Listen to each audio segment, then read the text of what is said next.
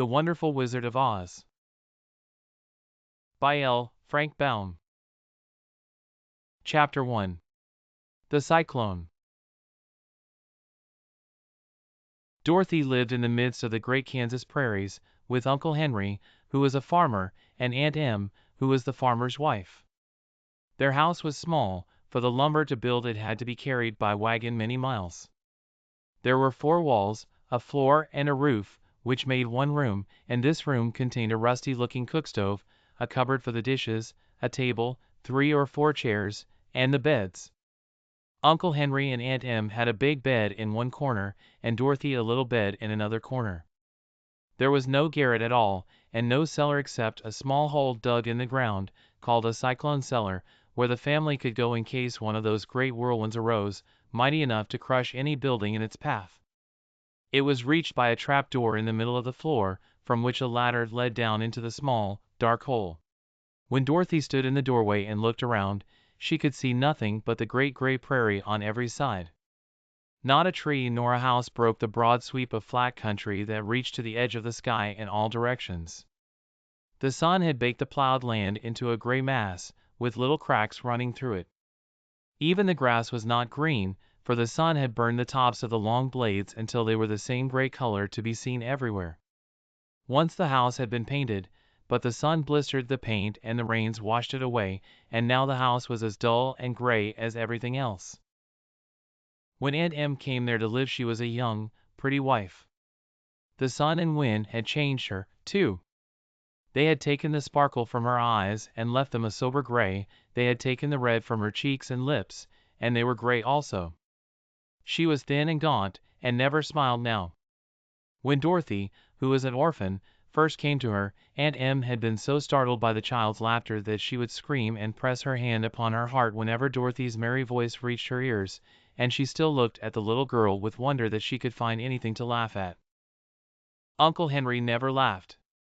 He worked hard from morning till night and did not know what joy was. He was gray also, from his long beard to his rough boots, and he looked stern and solemn, and rarely spoke. It was Toto that made Dorothy laugh, and saved her from growing as gray as her other surroundings. Toto was not gray, he was a little black dog, with long silky hair and small black eyes that twinkled merrily on either side of his funny, wee nose. Toto played all day long, and Dorothy played with him, and loved him dearly. Today, however, they were not playing. Uncle Henry sat upon the doorstep and looked anxiously at the sky, which was even grayer than usual. Dorothy stood in the door with Toto in her arms, and looked at the sky too. Aunt Em was washing the dishes. From the far north they heard a low wail of the wind, and Uncle Henry and Dorothy could see where the long grass bowed in waves before the coming storm. There now came a sharp whistling in the air from the south, and as they turned their eyes that way they saw ripples in the grass coming from that direction also. Suddenly Uncle Henry stood up. "There's a cyclone coming, Em," he called to his wife. "I'll go look after the stock." Then he ran toward the sheds where the cows and horses were kept. Aunt Em dropped her work and came to the door. One glance told her of the danger close at hand. "Quick, Dorothy!" she screamed. "Run for the cellar!" Toto jumped out of Dorothy's arms and hid under the bed, and the girl started to get him. Aunt Em, badly frightened, threw open the trap door in the floor and climbed down the ladder into the small, dark hole. Dorothy caught Toto at last and started to follow her aunt. When she was halfway across the room there came a great shriek from the wind, and the house shook so hard that she lost her footing and sat down suddenly upon the floor. Then a strange thing happened. The house whirled around 2 or 3 times and rose slowly through the air. Dorothy felt as if she were going up in a balloon. The north and south winds met where the house stood, and made it the exact center of the cyclone.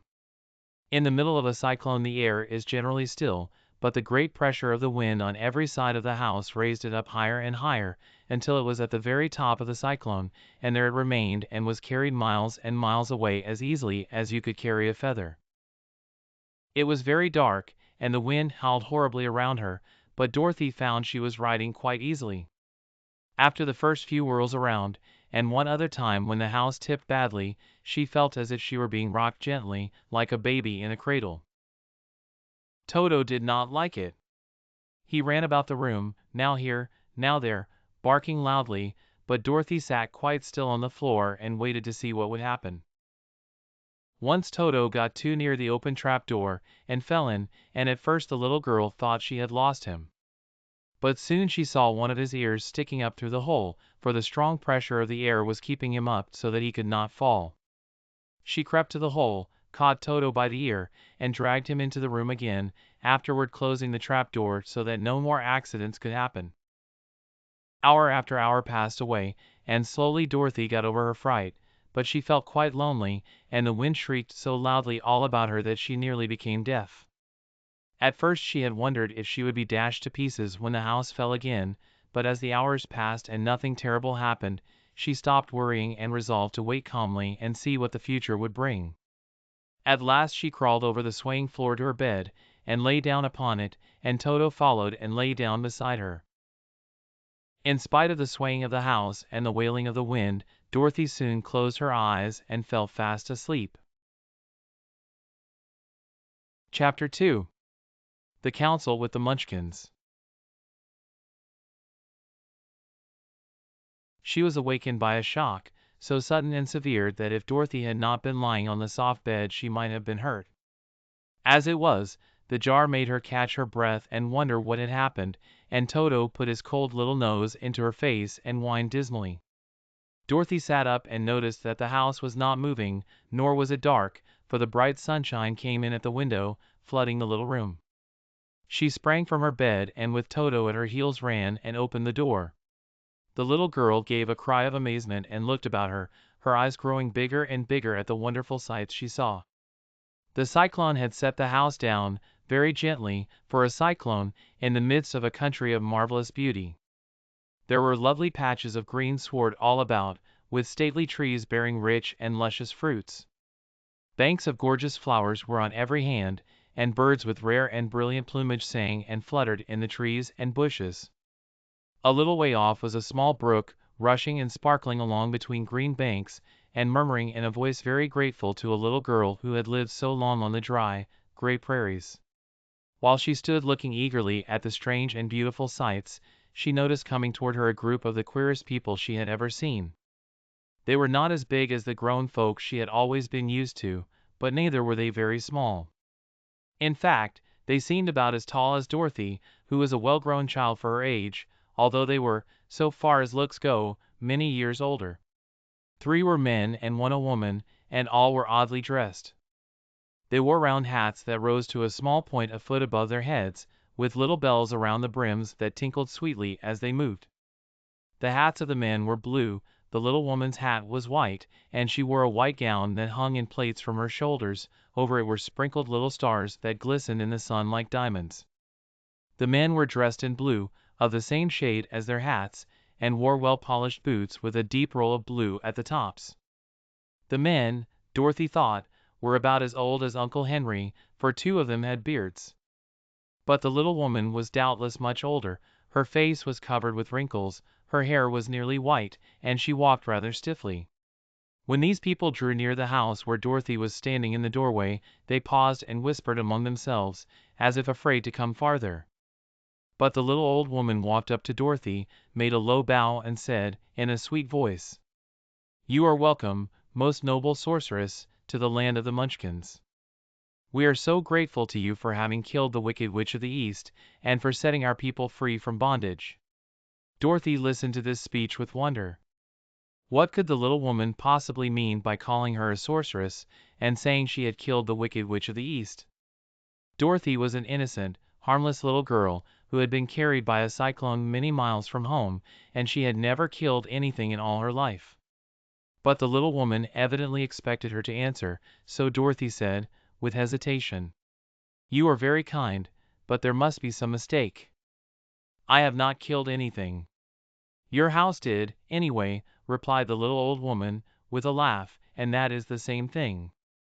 See," she continued, pointing to the corner of the house, "there are her 2 toes, still sticking out from under a block of wood." Dorothy looked, and gave a little cry of fright. There, indeed, just under the corner of the great beam the house rested on, 2 feet were sticking out, shod in silver shoes with pointed toes. "Oh, dear! Oh, dear!" cried Dorothy, clasping her hands together in dismay. "The house must have fallen on her. Whatever shall we do?" "There is nothing to be done," said the little woman, calmly. "But who was she?" asked Dorothy.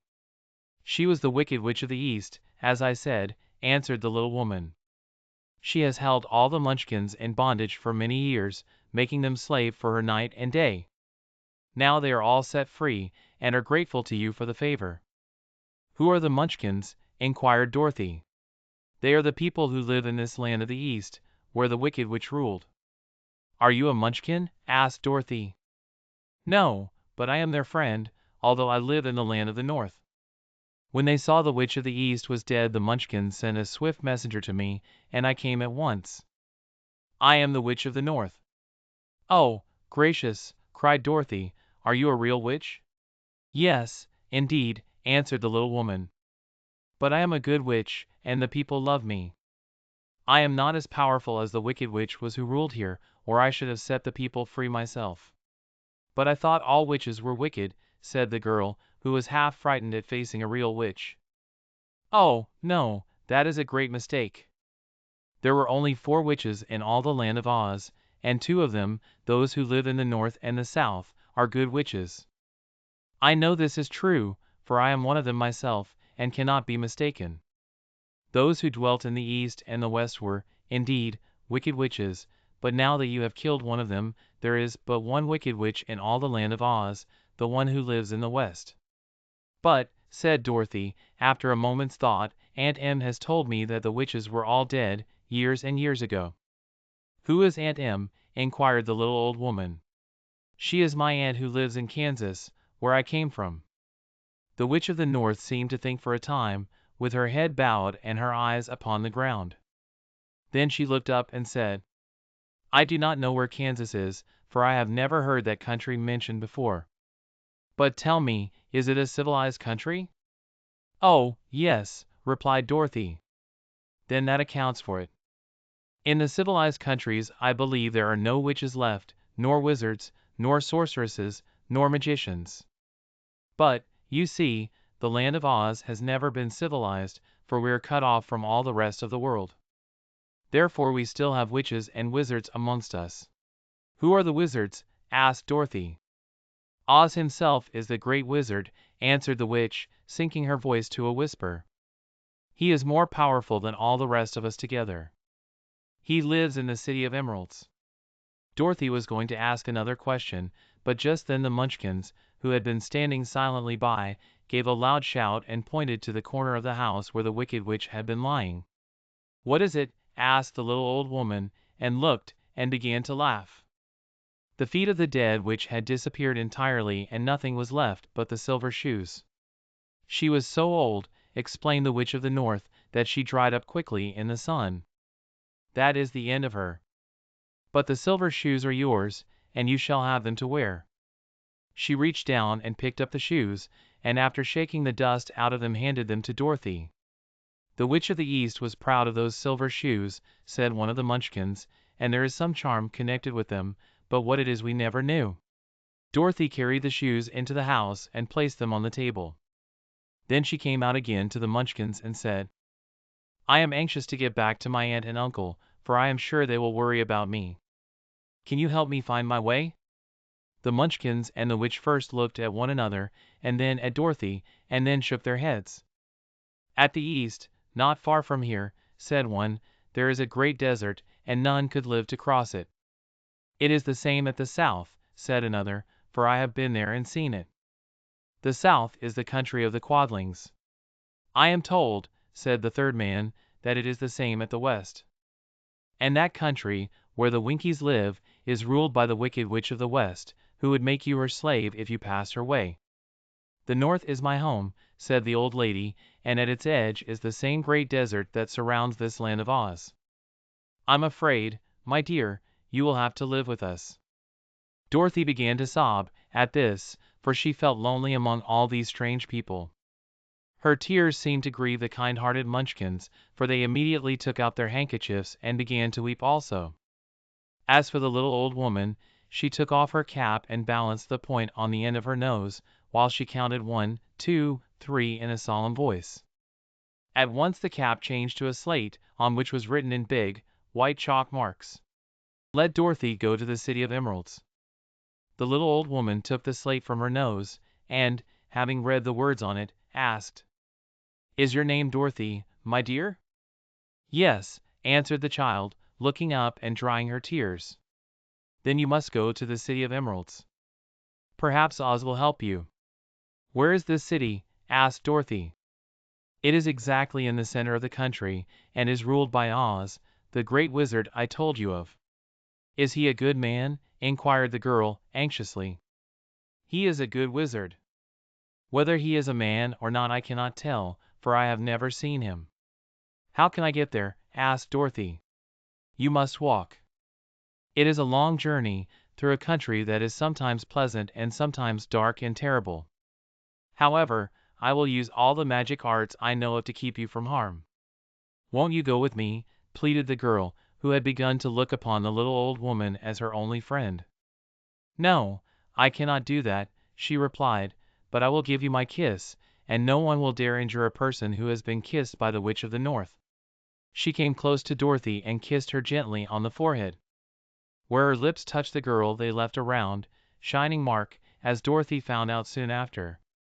"The road to the City of Emeralds is paved with yellow brick," said the witch, "so you cannot miss it.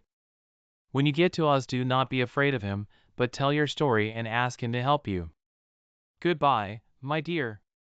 The 3 Munchkins bowed low to her and wished her a pleasant journey, after which they walked away through the trees. The witch gave Dorothy a friendly little nod, whirled around on her left heel 3 times, and straightway disappeared, much to the surprise of little Toto, who barked after her loudly enough when she had gone, because he had been afraid even to growl while she stood by. But Dorothy, knowing her to be a witch, had expected her to disappear in just that way, and was not surprised in the least. Chapter 3. How Dorothy Saved the Scarecrow. When Dorothy was left alone she began to feel hungry. So she went to the cupboard and cut herself some bread, which she spread with butter. She gave some to Toto, and taking a pail from the shelf she carried it down to the little brook and filled it with clear, sparkling water. Toto ran over to the trees and began to bark at the bird sitting there. Dorothy went to get him, and saw such delicious fruit hanging from the branches that she gathered some of it, finding it just what she wanted to help out her breakfast. Then she went back to the house, and having helped herself and Toto to a good drink of the cool, clear water, she set about making ready for the journey to the City of Emeralds. Dorothy had only one other dress, but that happened to be clean and was hanging on a peg beside her bed. It was gingham, with checks of white and blue, and although the blue was somewhat faded with many washings, it was still a pretty frock. The girl washed herself carefully, dressed herself in the clean gingham, and tied her pink sunbonnet on her head. She took a little basket and filled it with bread from the cupboard, laying a white cloth over the top. Then she looked down at her feet and noticed how old and worn her shoes were. "They surely will never do for a long journey, Toto," she said. And Toto looked up into her face with his little black eyes and wagged his tail to show he knew what she meant. At that moment Dorothy saw lying on the table the silver shoes that had belonged to the Witch of the East. "I wonder if they will fit me," she said to Toto. "They would be just the thing to take a long walk in, for they could not wear out." She took off her old leather shoes and tried on the silver ones, which fitted her as well as if they had been made for her. Finally she picked up her basket. "Come along, Toto," she said. "We will go to the Emerald City and ask the Great Oz how to get back to Kansas again." She closed the door, locked it, and put the key carefully in the pocket of her dress. And so, with Toto trotting along soberly behind her, she started on her journey. There were several roads nearby, but it did not take her long to find the one paved with yellow brick. Within a short time she was walking briskly toward the Emerald City, her silver shoes tinkling merrily on the hard, yellow roadbed. The sun shone bright and the birds sang sweet, and Dorothy did not feel nearly as bad as you might think a little girl would who had been suddenly whisked away from her own country and set down in the midst of a strange land. She was surprised, as she walked along, to see how pretty the country was about her. There were neat fences at the sides of the road, painted a dainty blue color, and beyond them were fields of grain and vegetables in abundance. Evidently the Munchkins were good farmers and able to raise large crops.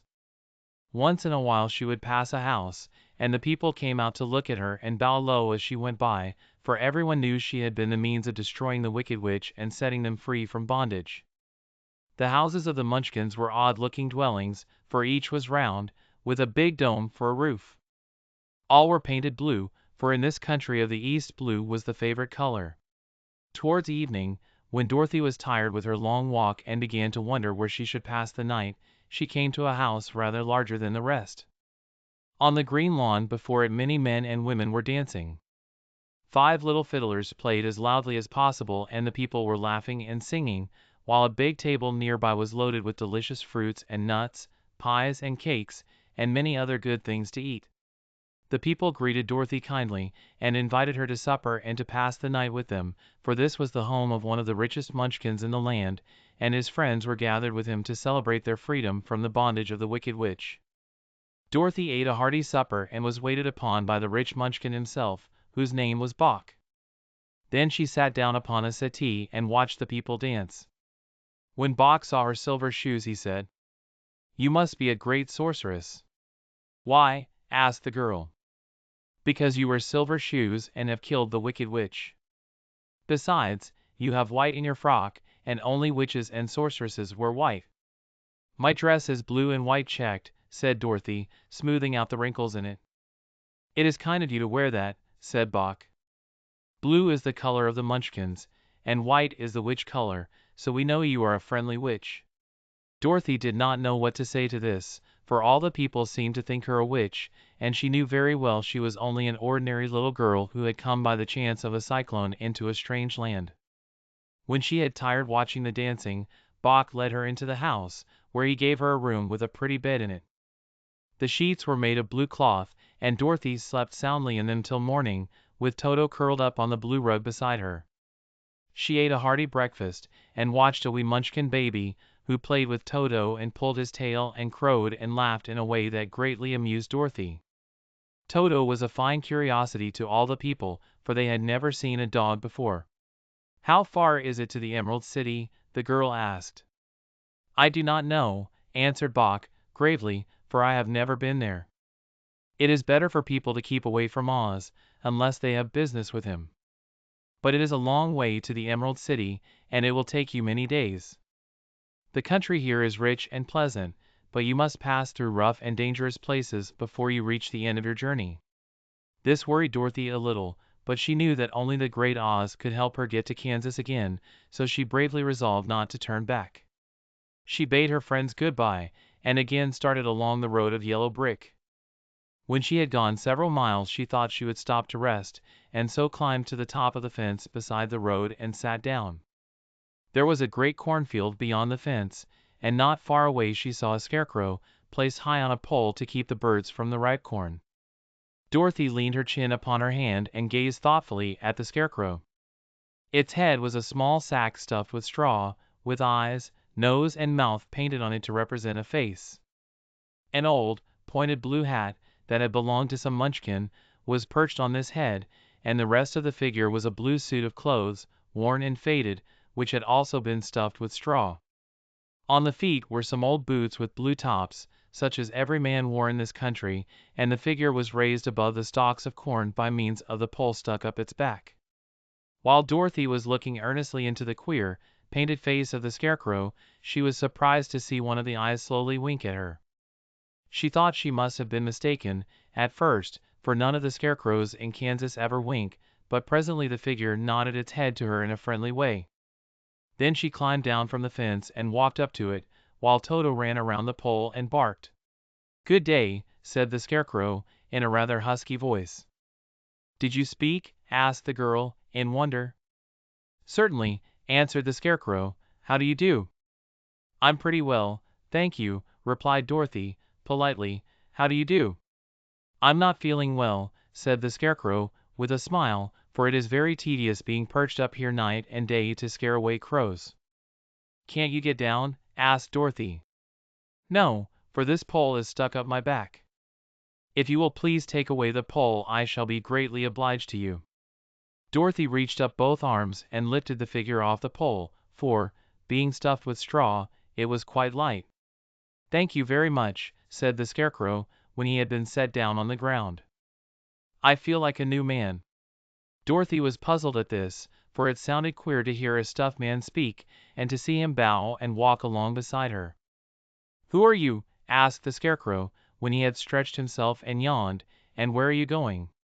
"My name is Dorothy," said the girl, "and I am going to the Emerald City, to ask the Great Oz to send me back to Kansas." "Where is the Emerald City?" he inquired, "and who is Oz?" "Why, don't you know?" she returned, in surprise. "No, indeed, I don't know anything. You see, I am stuffed, so I have no brains at all," he answered, sadly. "Oh," said Dorothy, "I'm awfully sorry for you. Do you think," he asked, "if I go to the Emerald City with you, that the Great Oz would give me some brains?" "I cannot tell," she returned, "but you may come with me, if you like. If Oz will not give you any brains you will be no worse off than you are now." "That is true," said the Scarecrow. "You see," he continued, confidentially, "I don't mind my legs and arms and body being stuffed, because I cannot get hurt. If anyone treads on my toes or sticks a pin into me, it doesn't matter, for I can't feel it. But I do not want people to call me a fool, and if my head stays stuffed with straw instead of with brains, as yours is, how am I ever to know anything?" "I understand how you feel," said the little girl, who was truly sorry for him. "If you will come with me I'll ask Oz to do all he can for you." "Thank you," he answered, gratefully. They walked back to the road, Dorothy helped him over the fence, and they started along the path of yellow brick for the Emerald City. Toto did not like this addition to the party, at first. He smelled around the stuffed man as if he suspected there might be a nest of rats in the straw, and he often growled in an unfriendly way at the Scarecrow. "Don't mind Toto," said Dorothy to her new friend, "he never bites." "Oh, I'm not afraid," replied the Scarecrow, "he can't hurt the straw. Do let me carry that basket for you. I shall not mind it, for I can't get tired.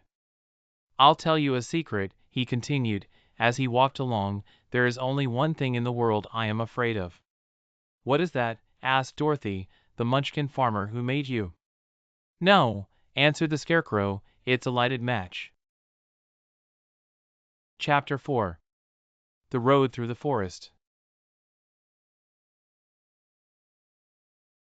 After a few hours the road began to be rough, and the walking grew so difficult that the Scarecrow often stumbled over the yellow bricks, which were here very uneven.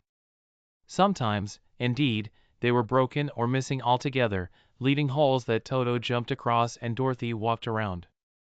As for the Scarecrow, having no brains he walked straight ahead, and so stepped into the holes and fell at full length on the hard bricks.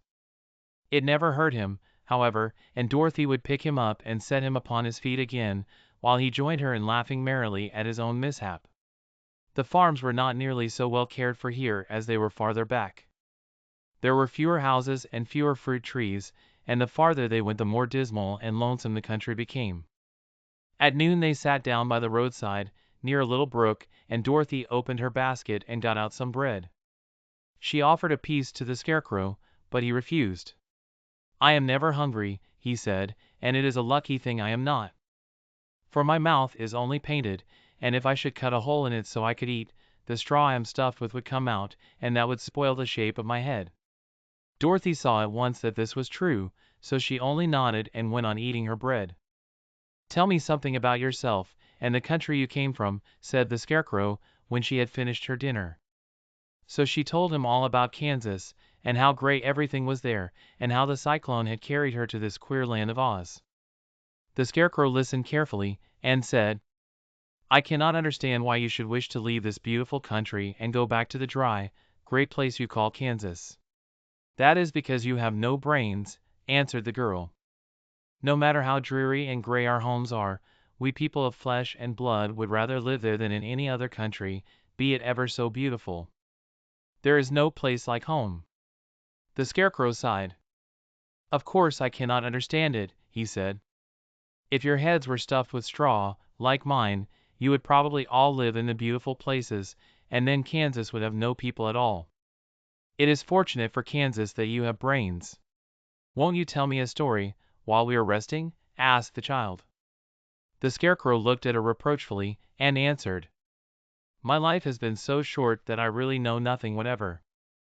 I was only made day before yesterday. What happened in the world before that time is all unknown to me. Luckily, when the farmer made my head, one of the first things he did was to paint my ears, so that I heard what was going on. There was another Munchkin with him, and the first thing I heard was the farmer saying, 'How do you like those ears?' 'They aren't straight,' answered the other. 'Never mind,' said the farmer, 'they are ears just the same,' which was true enough. 'Now I'll make the eyes,' said the farmer. So he painted my right eye, and as soon as it was finished I found myself looking at him and at everything around me with a great deal of curiosity, for this was my first glimpse of the world. 'That's a rather pretty eye,' remarked the Munchkin who was watching the farmer. 'Blue paint is just the color for eyes.' 'I think I'll make the other a little bigger,' said the farmer, and when the second eye was done I could see much better than before. Then he made my nose and my mouth, but I did not speak, because at that time I didn't know what a mouth was for. I had the fun of watching them make my body and my arms and legs, and when they fastened on my head, at last, I felt very proud, for I thought I was just as good a man as anyone. 'This fellow will scare the crows fast enough,' said the farmer. 'He looks just like a man.' 'Why, he is a man,' said the other, and I quite agreed with him. The farmer carried me under his arm to the cornfield, and set me up on a tall stick, where you found me. He and his friend soon after walked away and left me alone. I did not like to be deserted this way, so I tried to walk after them, but my feet would not touch the ground, and I was forced to stay on that pole. It was a lonely life to lead, for I had nothing to think of, having been made such a little while before. Many crows and other birds flew into the cornfield, but as soon as they saw me they flew away again, thinking I was a Munchkin, and this pleased me and made me feel that I was quite an important person. By and by an old crow flew near me, and after looking at me carefully he perched upon my shoulder and said, 'I wonder if that farmer thought to fool me in this clumsy manner. Any crow of sense could see that you are only stuffed with straw.' Then he hopped down at my feet and ate all the corn he wanted. The other birds, seeing he was not harmed by me, came to eat the corn too, so in a short time there was a great flock of them about me. I felt sad at this, for it showed I was not such a good Scarecrow after all, but the old crow comforted me, saying, 'If you only had brains in your head you would be as good a man as any of them, and a better man than some of them. Brains are the only things worth having in this world, no matter whether one is a crow or a man.' After the crows had gone I thought this over, and decided I would try hard to get some brains. By good luck, you came along and pulled me off the stake, and from what you say I am sure the great Oz will give me brains as soon as we get to the Emerald City." "I hope so," said Dorothy, earnestly, "since you seem anxious to have them." "Oh yes, I am anxious," returned the Scarecrow. "It is such an uncomfortable feeling to know one is a fool." "Well," said the girl, "let us go." And she handed the basket to the Scarecrow. There were no fences at all by the roadside now, and the land was rough and untilled. Towards evening they came to a great forest, where the trees grew so big and close together that their branches met over the road of yellow brick. It was almost dark under the trees, for the branches shut out the daylight, but the travelers did not stop, and went on into the forest. "If this road goes in, it must come out," said the Scarecrow, "and as the Emerald City is at the other end of the road, we must go wherever it leads us." "Anyone would know that," said Dorothy. "Certainly, that is why I know it," returned the Scarecrow. "If it required brains to figure it out, I never should have said it." After an hour or so the light faded away, and they found themselves stumbling along in the darkness. Dorothy could not see at all, but Toto could, for some dogs see very well in the dark, and the Scarecrow declared he could see as well as by day. So she took hold of his arm, and managed to get along fairly well. "If you see any house, or any place where we can pass the night," she said. "You must tell me, for it is very uncomfortable walking in the dark." Soon after the Scarecrow stopped. "I see a little cottage at the right of us," he said, "built of logs and branches. Shall we go there?" "Yes, indeed," answered the child. "I am all tired out." So the Scarecrow led her through the trees until they reached the cottage, and Dorothy entered and found a bed of dried leaves in one corner. She lay down at once, and with Toto beside her soon fell into a sound sleep. The Scarecrow, who was never tired, stood up in another corner and waited patiently until morning came. Chapter 5. The Rescue of the Tin Woodman. When Dorothy awoke, the sun was shining through the trees and Toto had long been out chasing birds and squirrels. She sat up and looked around her. There was the Scarecrow, still standing patiently in his corner, waiting for her. "We must go and search for water," she said to him. "Why do you want water?" he asked. "To wash my face clean after the dust of the road, and to drink, so the dry bread will not stick in my throat." "It must be inconvenient to be made of flesh," said the Scarecrow, thoughtfully, "for you must sleep, and eat, and drink. However, you have brains, and it is worth a lot of bother to be able to think properly." They left the cottage and walked through the trees until they found a little spring of clear water, where Dorothy drank and bathed and ate her breakfast. She saw there was not much bread left in the basket, and the girl was thankful the Scarecrow did not have to eat anything, for there was scarcely enough for herself and Toto for the day. When she had finished her meal, and was about to go back to the road of yellow brick, she was startled to hear a deep groan near by. "What was that?" she asked, timidly. "I cannot imagine," replied the Scarecrow, "but we can go and see." Just then another groan reached their ears, and the sound seemed to come from behind them. They turned and walked through the forest a few steps, when Dorothy discovered something shining in a ray of sunshine that fell between the trees. She ran to the place, and then stopped short, with a cry of surprise. One of the big trees had been partly chopped through, and standing beside it, with an uplifted axe in his hands, was a man made entirely of tin. His head and arms and legs were jointed upon his body, but he stood perfectly motionless, as if he could not stir at all. Dorothy looked at him in amazement, and so did the Scarecrow, while Toto barked sharply and made a snap at the tin legs, which hurt his teeth. "Did you groan?" asked Dorothy. "Yes," answered the Tin Man, "I did. I've been groaning for more than a year, and no one has ever heard me before or come to help me." "What can I do for you?" she inquired, softly, for she was moved by the sad voice in which the man spoke. "Get an oil can and oil my joints," he answered. "They are rusted so badly that I cannot move them at all. If I am well oiled I shall soon be all right again. You will find an oil can on a shelf in my cottage." Dorothy at once ran back to the cottage and found the oil can, and then she returned and asked, anxiously, "Where are your joints?" "Oil my neck, first," replied the Tin Woodman. So she oiled it, and as it was quite badly rusted the Scarecrow took hold of the tin head and moved it gently from side to side until it worked freely, and then the man could turn it himself. "Now oil the joints in my arms," he said. And Dorothy oiled them, and the Scarecrow bent them carefully until they were quite free from rust and as good as new. The Tin Woodman gave a sigh of satisfaction and lowered his axe, which he leaned against the tree. "This is a great comfort," he said. "I have been holding that axe in the air ever since I rusted, and I'm glad to be able to put it down at last. Now, if you will oil the joints of my legs, I shall be all right once more."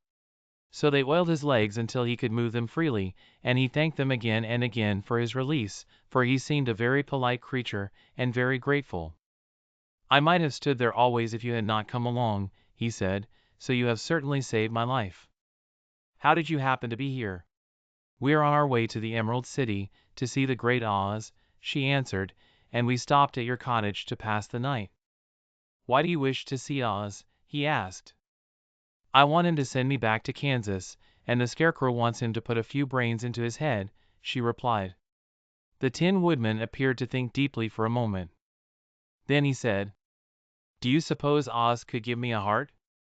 "Why, I guess so," Dorothy answered. "It would be as easy as to give the Scarecrow brains." True, the Tin Woodman returned. So, if you will allow me to join your party, I will also go to the Emerald City and ask Oz to help me. Come along, said the Scarecrow, heartily, and Dorothy added that she would be pleased to have his company. So the Tin Woodman shouldered his axe and they all passed through the forest until they came to the road that was paved with yellow brick. The Tin Woodman had asked Dorothy to put the oilkin in her basket. For, he said, if I should get caught in the rain, and rust again, I would need the oilkin badly. It was a bit of good luck to have their new comrade join the party, for soon after they had begun their journey again they came to a place where the trees and branches grew so thick over the road that the travelers could not pass. But the Tin Woodman set to work with his axe and chopped so well that soon he cleared a passage for the entire party. Dorothy was thinking so earnestly as they walked along that she did not notice when the Scarecrow stumbled into a hole and rolled over to the side of the road. Indeed, he was obliged to call to her to help him up again. "Why didn't you walk around the hole?" asked the Tin Woodman. "I don't know enough," replied the Scarecrow, cheerfully. "My head is stuffed with straw, you know, and that is why I am going to Oz to ask him for some brains." "Oh, I see," said the Tin Woodman. "But, after all, brains are not the best things in the world." "Have you any?" inquired the Scarecrow. "No, my head is quite empty," answered the Woodman, "but once I had brains, and a heart also, so, having tried them both, I should much rather have a heart." "And why is that?" asked the Scarecrow. "I will tell you my story, and then you will know." So, while they were walking through the forest, the Tin Woodman told the following story. "I was born the son of a woodman who chopped down trees in the forest and sold the wood for a living. When I grew up I too became a woodchopper, and after my father died I took care of my old mother as long as she lived. Then I made up my mind that instead of living alone I would marry, so that I might not become lonely.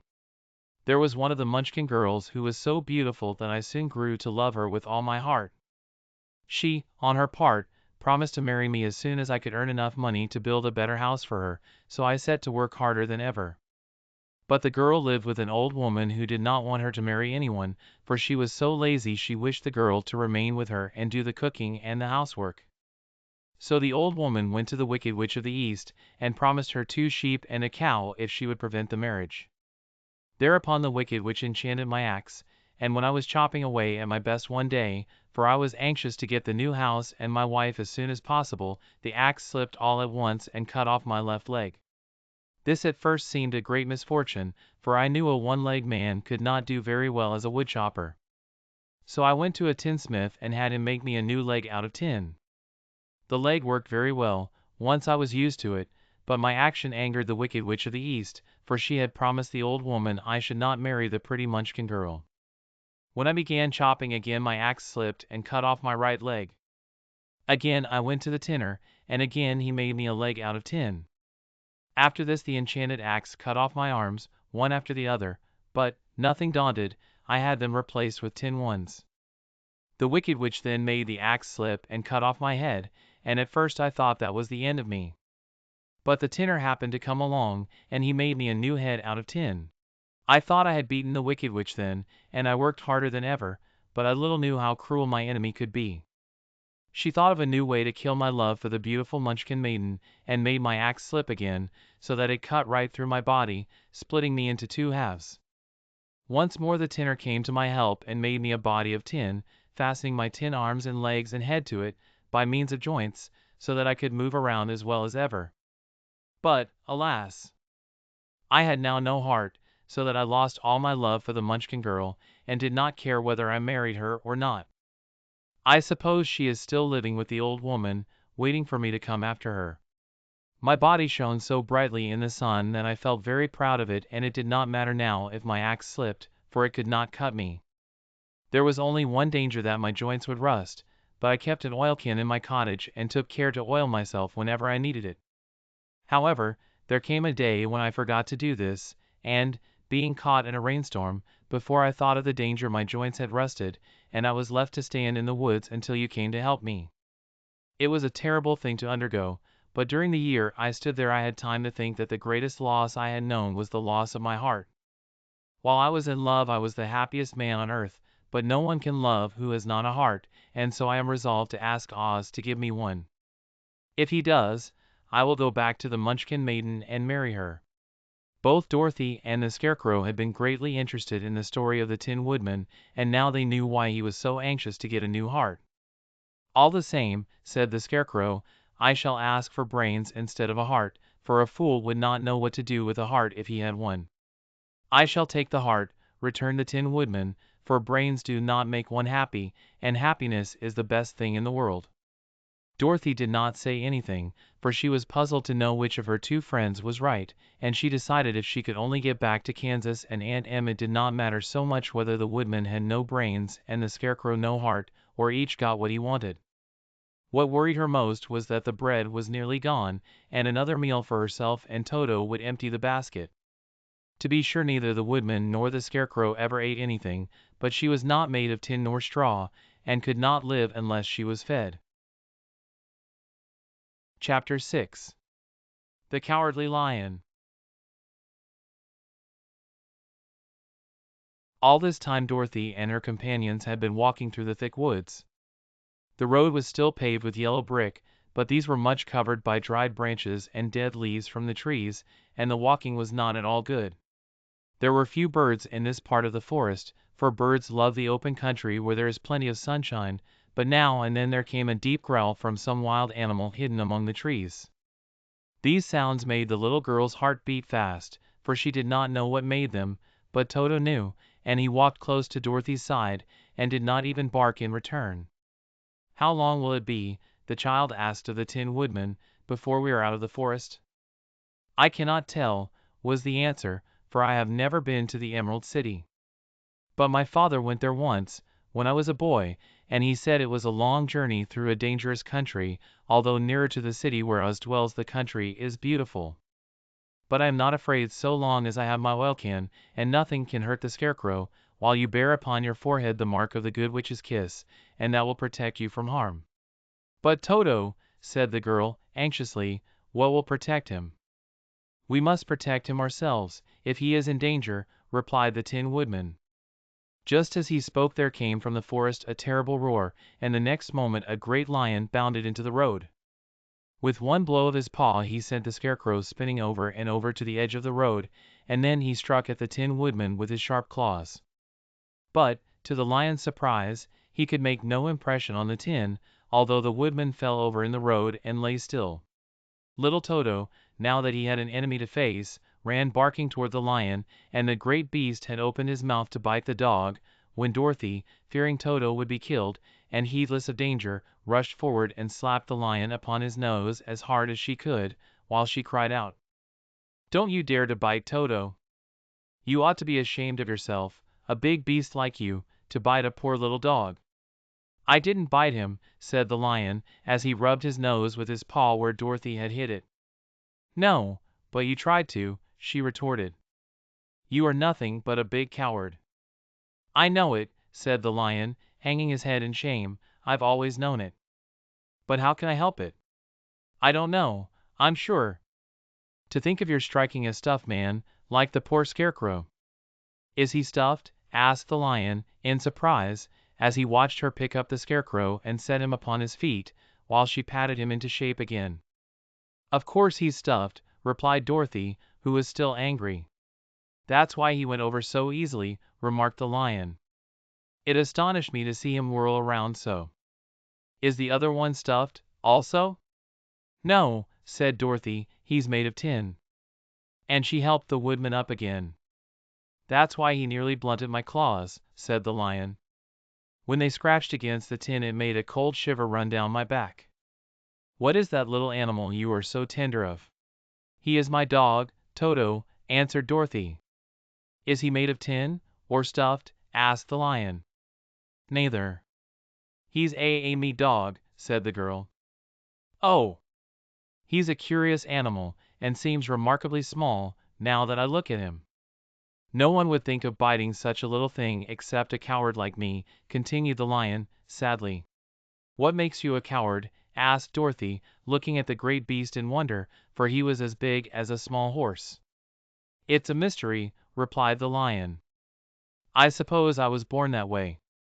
All the other animals in the forest naturally expect me to be brave, for the lion is everywhere thought to be the king of beasts. I learned that if I roared very loudly, every living thing was frightened and got out of my way. Whenever I've met a man I've been awfully scared, but I just roared at him, and he has always run away as fast as he could go. If the elephants and the tigers and the bears had ever tried to fight me, I should have run myself. I'm such a coward, but just as soon as they hear me roar they all try to get away from me, and of course I let them go. But that isn't right. The king of beasts shouldn't be a coward, said the Scarecrow. I know it, returned the lion, wiping a tear from his eye with the tip of his tail. It is my great sorrow, and makes my life very unhappy. But whenever there is danger my heart begins to beat fast. Perhaps you have heart disease, said the Tin Woodman. It may be, said the lion. If you have, continued the Tin Woodman, you ought to be glad, for it proves you have a heart. For my part, I have no heart, so I cannot have heart disease. Perhaps, said the lion, thoughtfully, if I had no heart I should not be a coward. Have you brains? Asked the Scarecrow. I suppose so. I've never looked to see, replied the lion. I am going to the Great Oz to ask him to give me some, remarked the Scarecrow, for my head is stuffed with straw. And I am going to ask him to give me a heart, said the Woodman. And I am going to ask him to send Toto and me back to Kansas, added Dorothy. Do you think Oz could give me courage? Asked the Cowardly Lion. Just as easily as he could give me brains, said the Scarecrow. Or give me a heart, said the Tin Woodman. Or send me back to Kansas, said Dorothy. Then, if you don't mind, I'll go with you, said the lion, for my life is simply unbearable without a bit of courage. You will be very welcome, answered Dorothy, for you will help to keep away the other wild beasts. It seems to me they must be more cowardly than you are if they allow you to scare them so easily. They really are, said the lion, but that doesn't make me any braver, and as long as I know myself to be a coward I shall be unhappy. So once more the little company set off upon the journey, the lion walking with stately strides at Dorothy's side. Toto did not approve this new comrade at first, for he could not forget how nearly he had been crushed between the lion's great jaws, but after a time he became more at ease, and presently Toto and the Cowardly Lion had grown to be good friends. During the rest of that day there was no other adventure to mar the peace of their journey. Once, indeed, the Tin Woodman stepped upon a beetle that was crawling along the road, and killed the poor little thing. This made the Tin Woodman very unhappy, for he was always careful not to hurt any living creature, and as he walked along he wept several tears of sorrow and regret. These tears ran slowly down his face and over the hinges of his jaw, and there they rusted. When Dorothy presently asked him a question the Tin Woodman could not open his mouth, for his jaws were tightly rusted together. He became greatly frightened at this and made many motions to Dorothy to relieve him, but she could not understand. The lion was also puzzled to know what was wrong. But the Scarecrow seized the oilkin from Dorothy's basket and oiled the Woodman's jaws, so that after a few moments he could talk as well as before. This will serve me a lesson, said he, to look where I step. For if I should kill another bug or beetle I should surely cry again, and crying rusts my jaw so that I cannot speak. Thereafter he walked very carefully, with his eyes on the road, and when he saw a tiny ant toiling by he would step over it, so as not to harm it. The Tin Woodman knew very well he had no heart, and therefore he took great care never to be cruel or unkind to anything. You people with hearts, he said, have something to guide you, and need never do wrong, but I have no heart, and so I must be very careful. When Oz gives me a heart of course I needn't mind so much. Chapter 7. The Journey to the Great Oz. They were obliged to camp out that night under a large tree in the forest, for there were no houses near. The tree made a good, thick covering to protect them from the dew, and the Tin Woodman chopped a great pile of wood with his axe, and Dorothy built a splendid fire that warmed her and made her feel less lonely. She and Toto ate the last of their bread, and now she did not know what they would do for breakfast. If you wish, said the lion, I will go into the forest and kill a deer for you. You can roast it by the fire, since your tastes are so peculiar that you prefer cooked food, and then you will have a very good breakfast. Don't! Please don't, begged the Tin Woodman. "I should certainly weep if you killed a poor deer, and then my jaws would rust again." But the Lion went away into the forest and found his own supper, and no one ever knew what it was, for he didn't mention it. And the Scarecrow found a tree full of nuts and filled Dorothy's basket with them, so that she would not be hungry for a long time. She thought this was very kind and thoughtful of the Scarecrow, but she laughed heartily at the awkward way in which the poor creature picked up the nuts. His padded hands were so clumsy and the nuts were so small that he dropped almost as many as he put in the basket. But the Scarecrow did not mind how long it took him to fill the basket, for it enabled him to keep away from the fire, as he feared a spark might get into his straw and burn him up. So he kept a good distance away from the flames, and only came near to cover Dorothy with dry leaves when she lay down to sleep. These kept her very snug and warm, and she slept soundly until morning. When it was daylight the girl bathed her face in a little rippling brook, and soon after they all started toward the Emerald City. This was to be an eventful day for the travelers. They had hardly been walking an hour when they saw before them a great ditch that crossed the road and divided the forest as far as they could see on either side. It was a very wide ditch, and when they crept up to the edge and looked into it they could see it was also very deep, and there were many big, jagged rocks at the bottom. The sides were so steep that none of them could climb down, and for a moment it seemed that their journey must end. "What shall we do?" asked Dorothy, despairingly. "I haven't the faintest idea," said the Tin Woodman, and the Lion shook his shaggy mane and looked thoughtful. But the Scarecrow said, "We cannot fly, that is certain, neither can we climb down into this great ditch. Therefore, if we cannot jump over it, we must stop where we are." "I think I could jump over it," said the Cowardly Lion, after measuring the distance carefully in his mind. "Then we are all right," answered the Scarecrow, "for you can carry us all over on your back, one at a time." "Well, I'll try it," said the Lion. "Who will go first?" "I will," declared the Scarecrow, "for, if you found that you could not jump over the gulf, Dorothy would be killed, or the Tin Woodman badly dented on the rocks below. But if I am on your back it will not matter so much, for the fall would not hurt me at all." "I am terribly afraid of falling, myself," said the Cowardly Lion, "but I suppose there is nothing to do but try it. So get on my back and we will make the attempt." The Scarecrow sat upon the Lion's back, and the big beast walked to the edge of the gulf and crouched down. "Why don't you run and jump?" asked the Scarecrow. "Because that isn't the way we lions do these things," he replied. Then giving a great spring, he shot through the air and landed safely on the other side. They were all greatly pleased to see how easily he did it, and after the Scarecrow had got down from his back the Lion sprang across the ditch again. Dorothy thought she would go next, so she took Toto in her arms and climbed on the Lion's back, holding tightly to his mane with one hand. The next moment it seemed as if she was flying through the air, and then, before she had time to think about it, she was safe on the other side. The Lion went back a third time and got the Tin Woodman, and then they all sat down for a few moments to give the beast a chance to rest, for his great leaps had made his breath short, and he panted like a big dog that has been running too long. They found the forest very thick on this side, and it looked dark and gloomy. After the Lion had rested they started along the road of yellow brick, silently wondering, each in his own mind, if ever they would come to the end of the woods and reach the bright sunshine again. To add to their discomfort, they soon heard strange noises in the depths of the forest, and the Lion whispered to them that it was in this part of the country that the Kalidas lived. "What are the Kalidas?" asked the girl. "They are monstrous beasts with bodies like bears and heads like tigers," replied the Lion, "and with claws so long and sharp that they could tear me in two as easily as I could kill Toto. I'm terribly afraid of the Kalidas." "I'm not surprised that you are," returned Dorothy. "They must be dreadful beasts."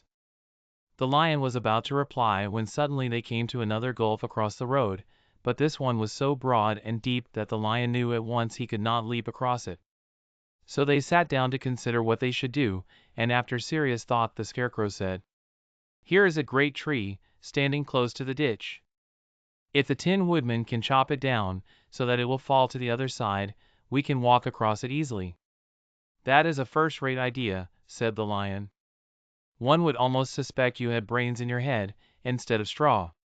The Woodman set to work at once, and so sharp was his axe that the tree was soon chopped nearly through. Then the Lion put his strong front legs against the tree and pushed with all his might, and slowly the big tree tipped and fell with a crash across the ditch, with its top branches on the other side. They had just started to cross this queer bridge when a sharp growl made them all look up, and to their horror they saw running toward them two great beasts with bodies like bears and heads like tigers. "They are the Kalidas," said the Cowardly Lion, beginning to tremble. "Quick!" cried the Scarecrow, "let us cross over." So Dorothy went first, holding Toto in her arms, the Tin Woodman followed, and the Scarecrow came next. The Lion, although he was certainly afraid, turned to face the Kalidas, and then he gave so loud and terrible a roar that Dorothy screamed and the Scarecrow fell over backwards, while even the fierce beast stopped short and looked at him in surprise. But, seeing they were bigger than the Lion, and remembering that there were two of them and only one of him, the Kalidas again rushed forward, and the Lion crossed over the tree and turned to see what they would do next. Without stopping an instant the fierce beast also began to cross the tree, and the Lion said to Dorothy, "We're lost, for they will surely tear us to pieces with their sharp claws. But stand close behind me, and I will fight them as long as I am alive." "Wait a minute," called the Scarecrow. He had been thinking what was best to be done, and now he asked the Woodman to chop away the end of the tree that rested on their side of the ditch. The Tin Woodman began to use his axe at once, and, just as the two Kalidas were nearly across, the tree fell with a crash into the gulf, carrying the ugly, snarling brutes with it, and both were dashed to pieces on the sharp rocks at the bottom.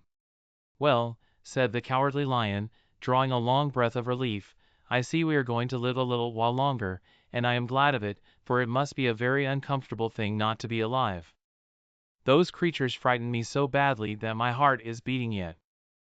"Ah," said the Tin Woodman, sadly, "I wish I had a heart to beat." This adventure made the travelers more anxious than ever to get out of the forest, and they walked so fast that Dorothy became tired, and had to ride on the Lion's back. To their great joy the trees became thinner the further they advanced, and in the afternoon they suddenly came upon a broad river, flowing swiftly just before them. On the other side of the water they could see the road of yellow brick running through a beautiful country, with green meadows dotted with bright flowers and all the road bordered with trees hanging full of delicious fruits. They were greatly pleased to see this delightful country before them. "How shall we cross the river?" asked Dorothy. "That is easily done," replied the Scarecrow. "The Tin Woodman must build us a raft, so we can float to the other side." So the Woodman took his axe and began to chop down small trees to make a raft, and while he was busy at this the Scarecrow found on the river bank a tree full of fine fruit. This pleased Dorothy, who had eaten nothing but nuts all day, and she made a hearty meal of the ripe fruit. But it takes time to make a raft, even when one is as industrious and untiring as the Tin Woodman, and when night came the work was not done. So they found a cozy place under the trees where they slept well until the morning, and Dorothy dreamed of the Emerald City, and of the good Wizard Oz, who would soon send her back to her own home again. Chapter 8. The Deadly Poppy Field. Our little party of travelers awakened next morning refreshed and full of hope, and Dorothy breakfasted like a princess off peaches and plums from the trees beside the river. Behind them was the dark forest they had passed safely through, although they had suffered many discouragements, but before them was a lovely, sunny country that seemed to beckon them on to the Emerald City. To be sure, the broad river now cut them off from this beautiful land, but the raft was nearly done, and after the Tin Woodman had cut a few more logs and fastened them together with wooden pins, they were ready to start. Dorothy sat down in the middle of the raft and held Toto in her arms. When the Cowardly Lion stepped upon the raft it tipped badly, for he was big and heavy, but the Scarecrow and the Tin Woodman stood upon the other end to steady it, and they had long poles in their hands to push the raft through the water. They got along quite well at first, but when they reached the middle of the river the swift current swept the raft downstream, farther and farther away from the road of yellow brick, and the water grew so deep that the long poles would not touch the bottom. "This is bad," said the Tin Woodman, "for if we cannot get to the land we shall be carried into the country of the Wicked Witch of the West, and she will enchant us and make us her slaves." "And then I should get no brains," said the Scarecrow. "And I should get no courage," said the Cowardly Lion. "And I should get no heart," said the Tin Woodman. And I should never get back to Kansas, said Dorothy. We must certainly get to the Emerald City if we can, the Scarecrow continued, and he pushed so hard on his long pole that it stuck fast in the mud at the bottom of the river, and before he could pull it out again, or let go, the raft was swept away and the poor Scarecrow left clinging to the pole in the middle of the river. Goodbye, he called after them, and they were very sorry to leave him. Indeed, the Tin Woodman began to cry, but fortunately remembered that he might rust, and so dried his tears on Dorothy's apron. Of course this was a bad thing for the Scarecrow. I am now worse off than when I first met Dorothy, he thought. Then, I was stuck on a pole in a cornfield, where I could make believe scare the crows, at any rate, but surely there is no use for a Scarecrow stuck on a pole in the middle of a river. I am afraid I shall never have any brains, after all. Down the stream the raft floated, and the poor Scarecrow was left far behind. Then the Lion said, "Something must be done to save us. I think I can swim to the shore and pull the raft after me, if you will only hold fast to the tip of my tail."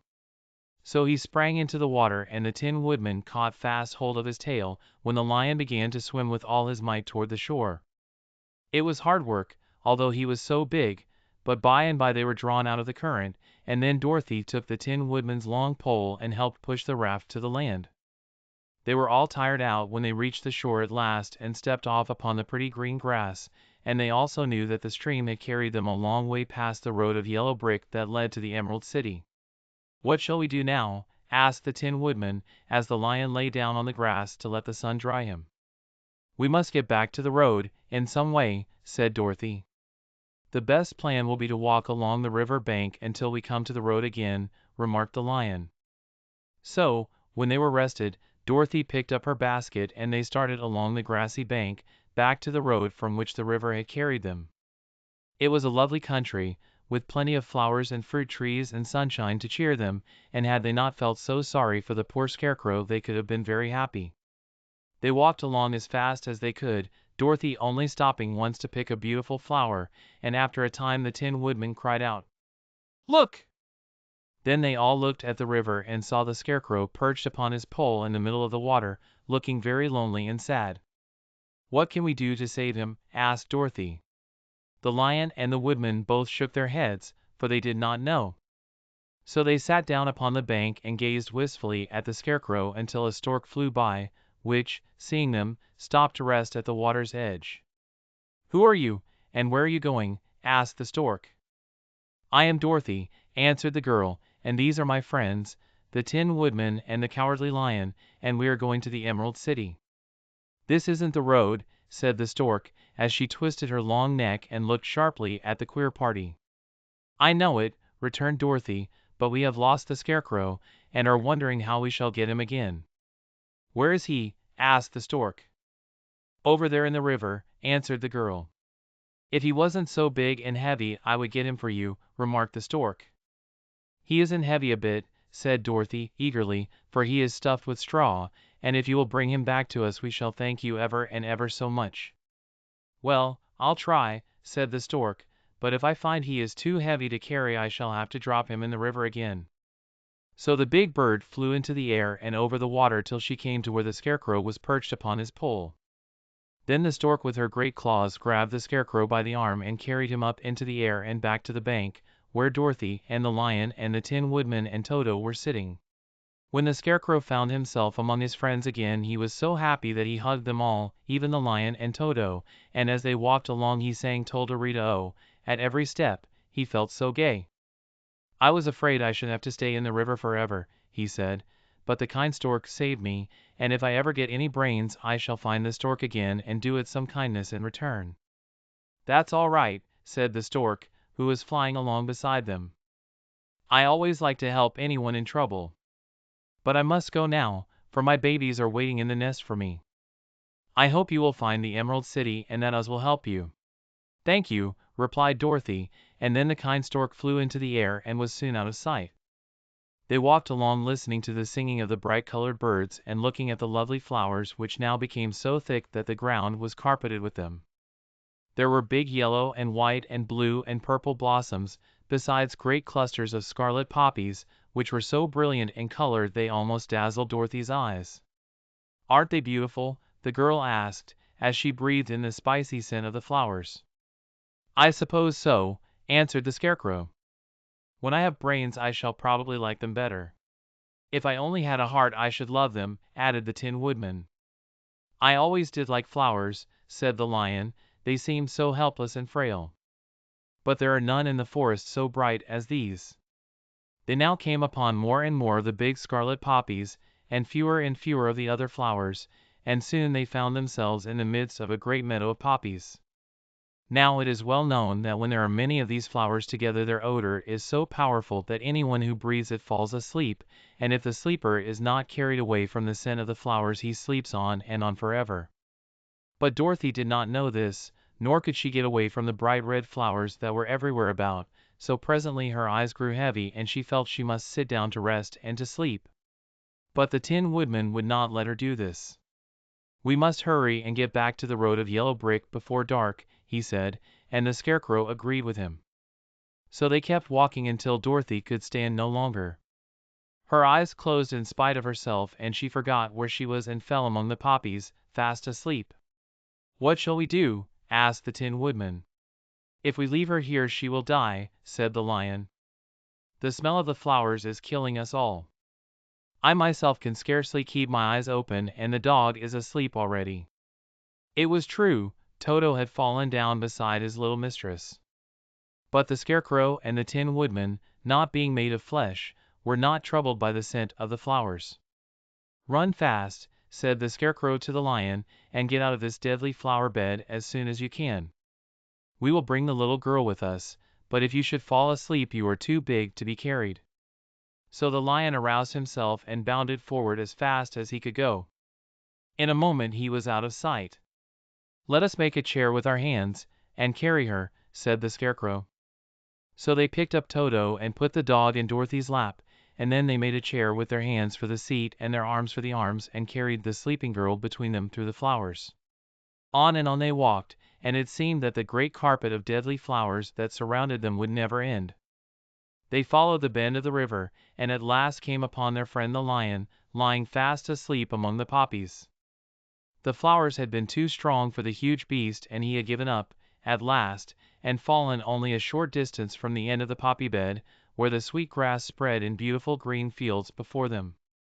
We can do nothing for him, said the Tin Woodman, sadly, for he is much too heavy to lift. We must leave him here to sleep on forever, and perhaps he will dream that he has found courage at last. I'm sorry, said the Scarecrow, the Lion was a very good comrade for one so cowardly. But let us go on. They carried the sleeping girl to a pretty spot beside the river, far enough from the poppy field to prevent her breathing any more of the poison of the flowers, and here they laid her gently on the soft grass and waited for the fresh breeze to waken her. Chapter 9.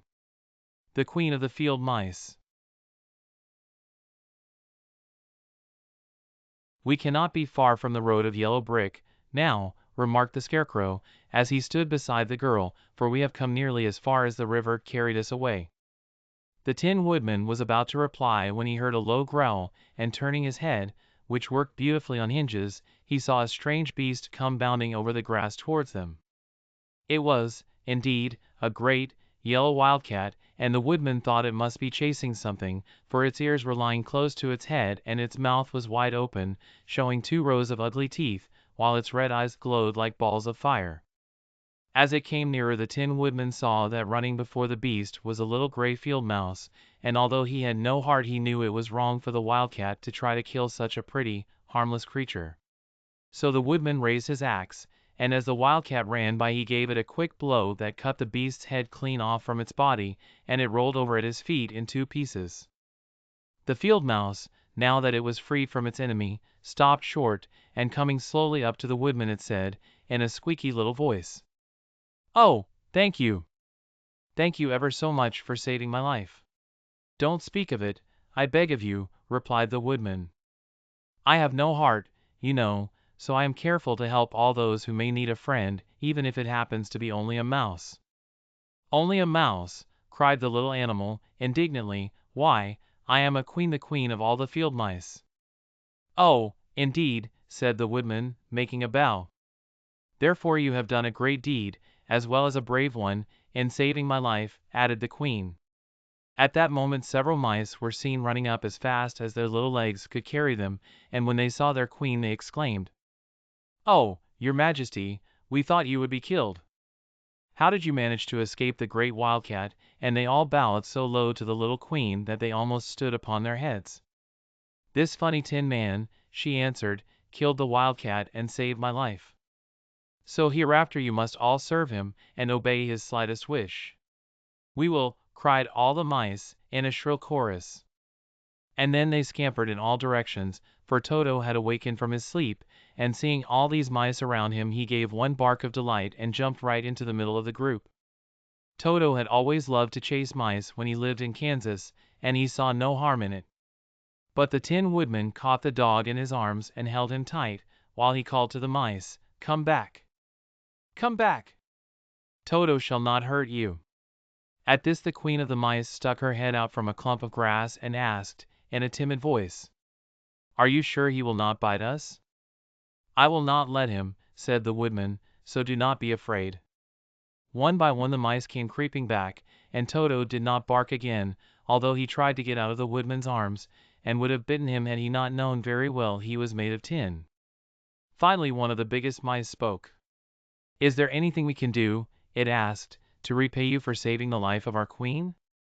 "Nothing that I know of," answered the woodman, but the Scarecrow, who had been trying to think, but could not because his head was stuffed with straw, said, quickly, "Oh, yes, you can save our friend, the Cowardly Lion, who is asleep in the poppy bed." "A lion!" cried the little queen. "Why, he would eat us all up." "Oh, no," declared the Scarecrow, "this lion is a coward." "Really?" asked the mouse. "He says so himself," answered the Scarecrow, "and he would never hurt anyone who is our friend. If you will help us to save him I promise that he shall treat you all with kindness." "Very well," said the queen, "we will trust you. But what shall we do? Are there many of these mice which call you queen and are willing to obey you?" "Oh, yes, there are thousands," she replied. "Then send for them all to come here as soon as possible, and let each one bring a long piece of string." The queen turned to the mice that attended her and told them to go at once and get all her people. As soon as they heard her orders they ran away in every direction as fast as possible. "Now," said the Scarecrow to the Tin Woodman, "you must go to those trees by the riverside and make a truck that will carry the lion." So the woodman went at once to the trees and began to work, and he soon made a truck out of the limbs of trees, from which he chopped away all the leaves and branches. He fastened it together with wooden pegs and made the four wheels out of short pieces of a big tree trunk. So fast and so well did he work that by the time the mice began to arrive the truck was all ready for them. They came from all directions, and there were thousands of them, big mice and little mice and middle-sized mice, and each one brought a piece of string in his mouth. It was about this time that Dorothy woke from her long sleep and opened her eyes. She was greatly astonished to find herself lying upon the grass, with thousands of mice standing around and looking at her timidly. But the Scarecrow told her about everything, and turning to the dignified little mouse, he said, "Permit me to introduce to you Her Majesty, the Queen." Dorothy nodded gravely and the Queen made a courtesy, after which she became quite friendly with the little girl. The Scarecrow and the Woodman now began to fasten the mice to the truck, using the strings they had brought. One end of a string was tied around the neck of each mouse and the other end to the truck. Of course the truck was 1,000 times bigger than any of the mice who were to draw it, but when all the mice had been harnessed they were able to pull it quite easily. Even the Scarecrow and the Tin Woodman could sit on it, and were drawn swiftly by their queer little horses to the place where the lion lay asleep. After a great deal of hard work, for the lion was heavy, they managed to get him up on the truck. Then the Queen hurriedly gave her people the order to start, for she feared if the mice stayed among the poppies too long they also would fall asleep. At first the little creatures, many though they were, could hardly stir the heavily loaded truck, but the Woodman and the Scarecrow both pushed from behind, and they got along better. Soon they rolled the lion out of the poppy bed to the green fields, where he could breathe the sweet, fresh air again, instead of the poisonous scent of the flowers. Dorothy came to meet them and thanked the little mice warmly for saving her companion from death. She had grown so fond of the big lion she was glad he had been rescued. Then the mice were unharnessed from the truck and scampered away through the grass to their homes. The queen of the mice was the last to leave. "If ever you need us again," she said, "come out into the field and call, and we shall hear you and come to your assistance." "Goodbye!" "Goodbye," they all answered, and away the queen ran, while Dorothy held Toto tightly lest he should run after her and frighten her. After this they sat down beside the lion until he should awaken, and the Scarecrow brought Dorothy some fruit from a tree nearby, which she ate for her dinner. Chapter 10. The Guardian of the Gate. It was some time before the Cowardly Lion awakened, for he had lain among the poppies a long while, breathing in their deadly fragrance, but when he did open his eyes and roll off the truck he was very glad to find himself still alive. "I ran as fast as I could," he said, sitting down and yawning, "but the flowers were too strong for me." "How did you get me out?" Then they told him of the field mice, and how they had generously saved him from death, and the Cowardly Lion laughed, and said, "I have always thought myself very big and terrible, yet such small things as flowers came near to killing me, and such small animals as mice have saved my life. How strange it all is! But, comrades, what shall we do now?" "We must journey on until we find the road of yellow brick again," said Dorothy, "and then we can keep on to the Emerald City." So, the lion being fully refreshed, and feeling quite himself again, they all started upon the journey, greatly enjoying the walk through the soft, fresh grass, and it was not long before they reached the road of yellow brick and turned again toward the Emerald City where the great Oz dwelt. The road was smooth and well paved, now, and the country about was beautiful, so that the travelers rejoiced in leaving the forest far behind, and with it the many dangers they had met in its gloomy shades. Once more they could see fences built beside the road, but these were painted green, and when they came to a small house, in which a farmer evidently lived, that also was painted green. They passed by several of these houses during the afternoon, and sometimes people came to the doors and looked at them as if they would like to ask questions, but no one came near them nor spoke to them because of the great lion, of which they were much afraid. The people were all dressed in clothing of a lovely emerald green color and wore peaked hats like those of the Munchkins. "This must be the land of Oz," said Dorothy, "and we are surely getting near the Emerald City." "Yes," answered the Scarecrow, "everything is green here, while in the country of the Munchkins blue was the favorite color. But the people do not seem to be as friendly as the Munchkins, and I'm afraid we shall be unable to find a place to pass the night."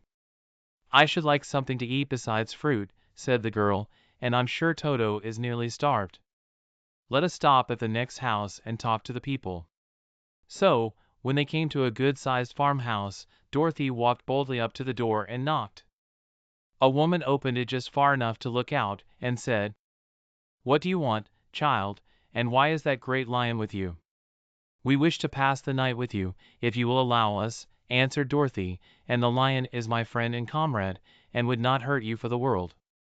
"Is he tame?" asked the woman, opening the door a little wider.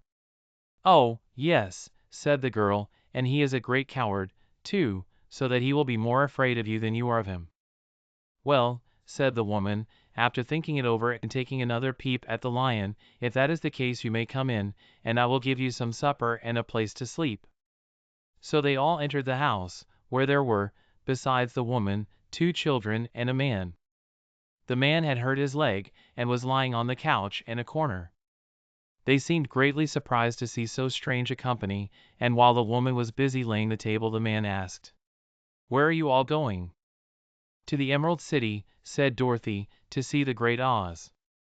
"Oh, indeed!" exclaimed the man. "Are you sure that Oz will see you?"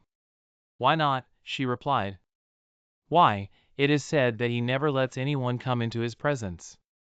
I have been to the Emerald City many times, and it is a beautiful and wonderful place, but I have never been permitted to see the great Oz, nor do I know of any living person who has seen him." "Does he never go out?" asked the Scarecrow. "Never.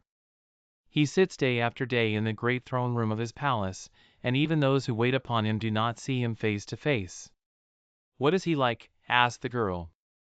"That is hard to tell," said the man, thoughtfully. "You see, Oz is a great wizard, and can take on any form he wishes.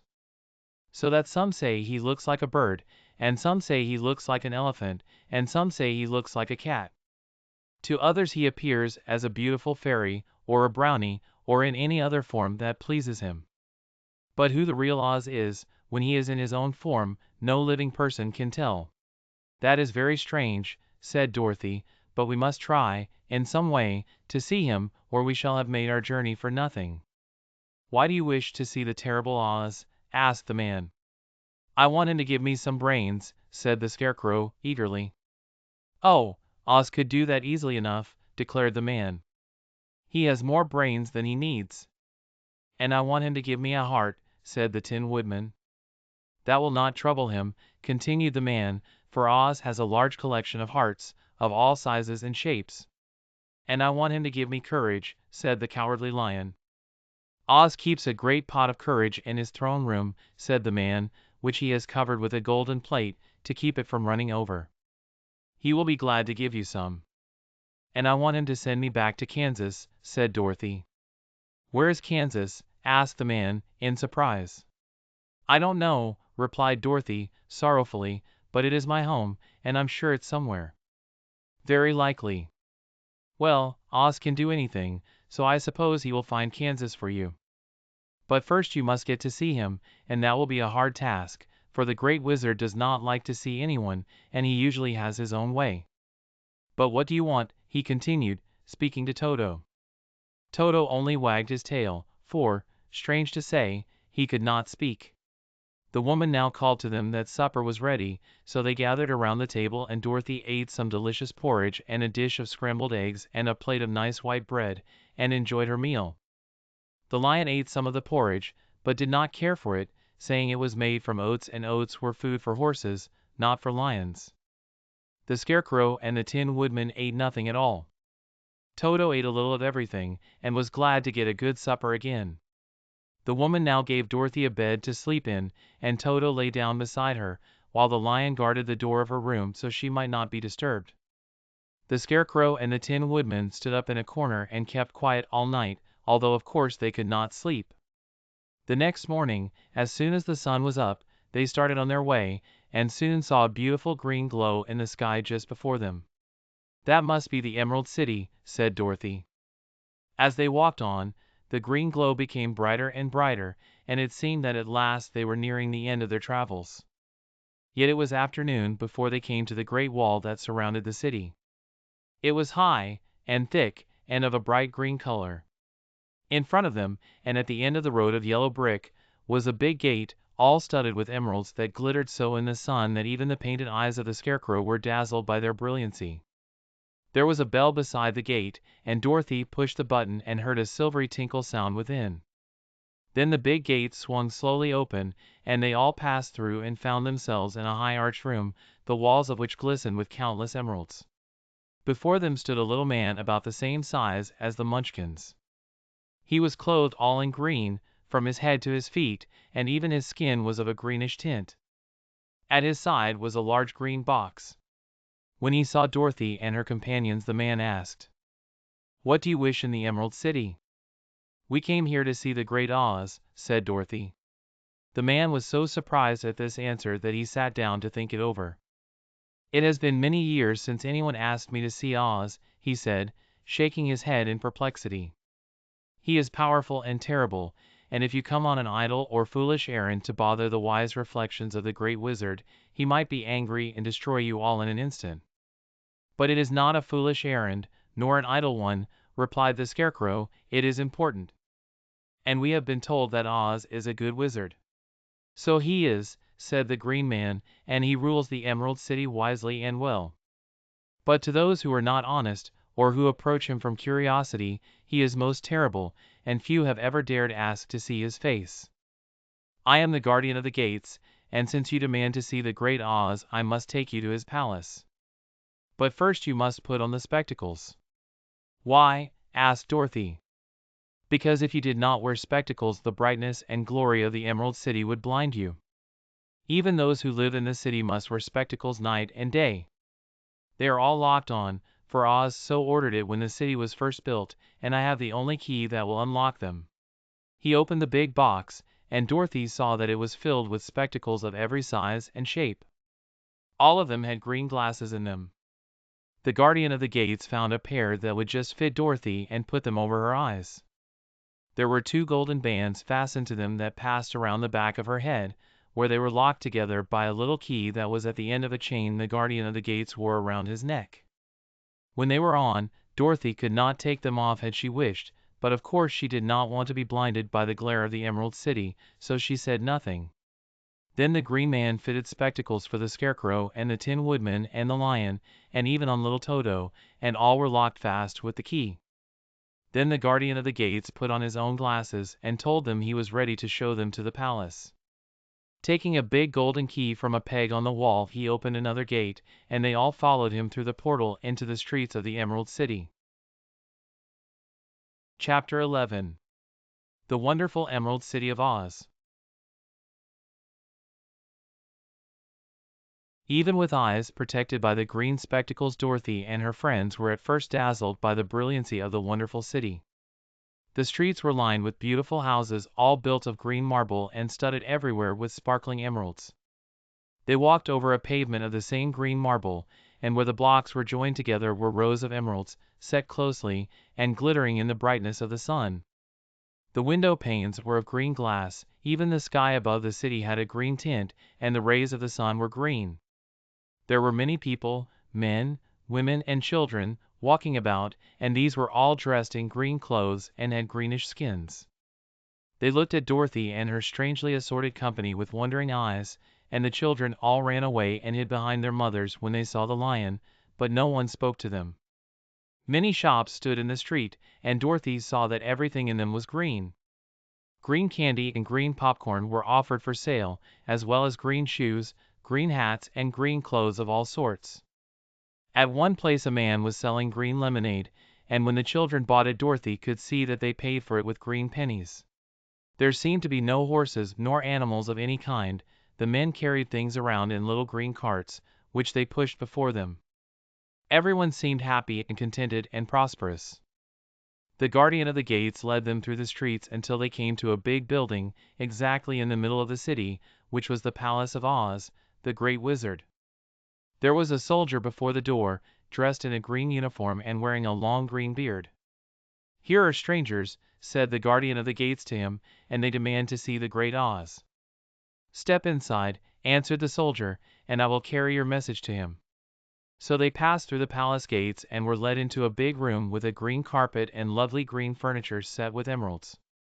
The soldier made them all wipe their feet upon a green mat before entering this room, and when they were seated he said, politely, "Please make yourselves comfortable while I go to the door of the throne room and tell Oz you are here." They had to wait a long time before the soldier returned. When, at last, he came back, Dorothy asked, "Have you seen Oz?" "Oh, no," returned the soldier, "I have never seen him. But I spoke to him as he sat behind his screen, and gave him your message. He says he will grant you an audience, if you so desire, but each one of you must enter his presence alone, and he will admit but one each day. Therefore, as you must remain in the palace for several days, I will have you shown to rooms where you may rest in comfort after your journey." "Thank you," replied the girl, "that is very kind of Oz."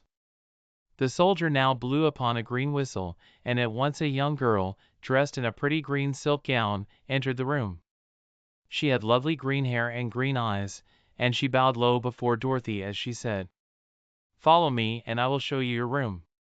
So Dorothy said goodbye to all her friends except Toto, and taking the dog in her arms followed the green girl through 7 passages and up 3 flights of stairs until they came to a room at the front of the palace. It was the sweetest little room in the world, with a soft, comfortable bed that had sheets of green silk and a green velvet counterpane. There was a tiny fountain in the middle of the room that shot a spray of green perfume into the air, to fall back into a beautifully carved green marble basin. Beautiful green flowers stood in the windows, and there was a shelf with a row of little green books. When Dorothy had time to open these books, she found them full of queer green pictures that made her laugh, they were so funny. In a wardrobe were many green dresses, made of silk and satin and velvet, and all of them fitted Dorothy exactly.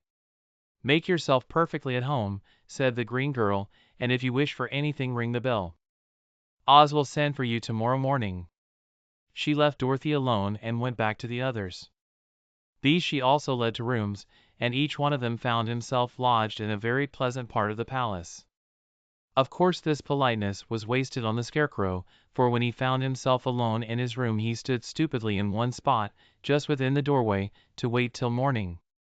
It would not rest him to lie down, and he could not close his eyes, so he remained all night staring at a little spider which was weaving its web in a corner of the room, just as if it were not one of the most wonderful rooms in the world.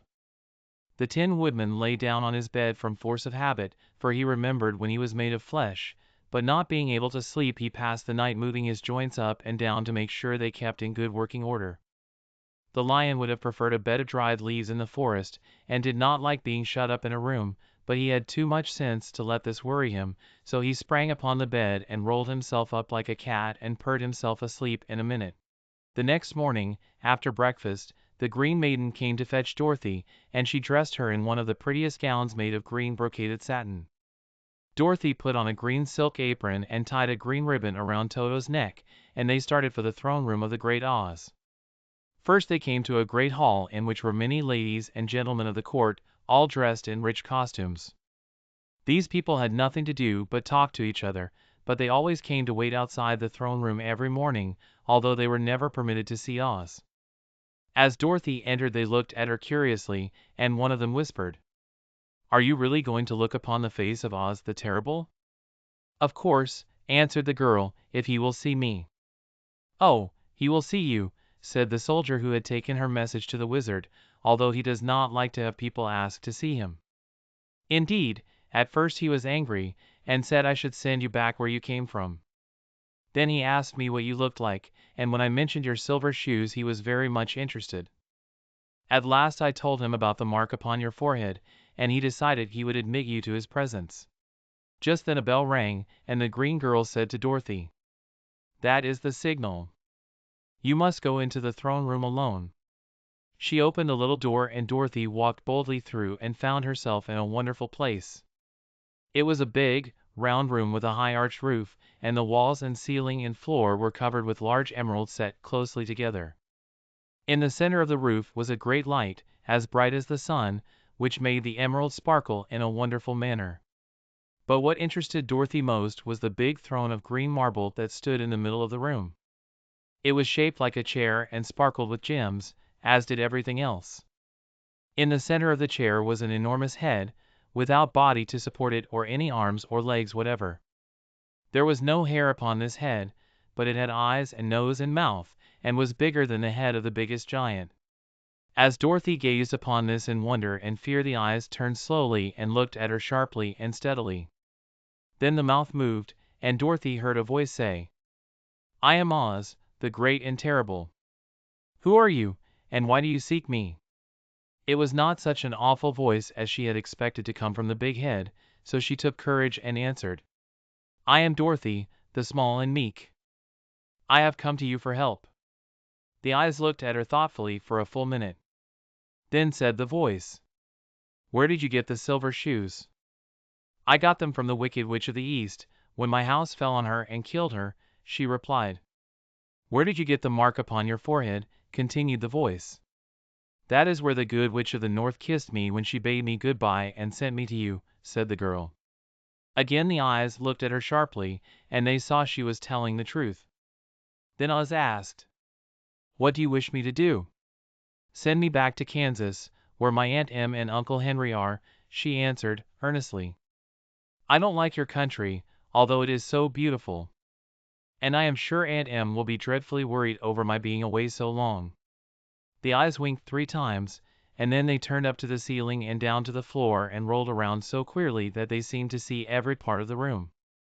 And at last they looked at Dorothy again.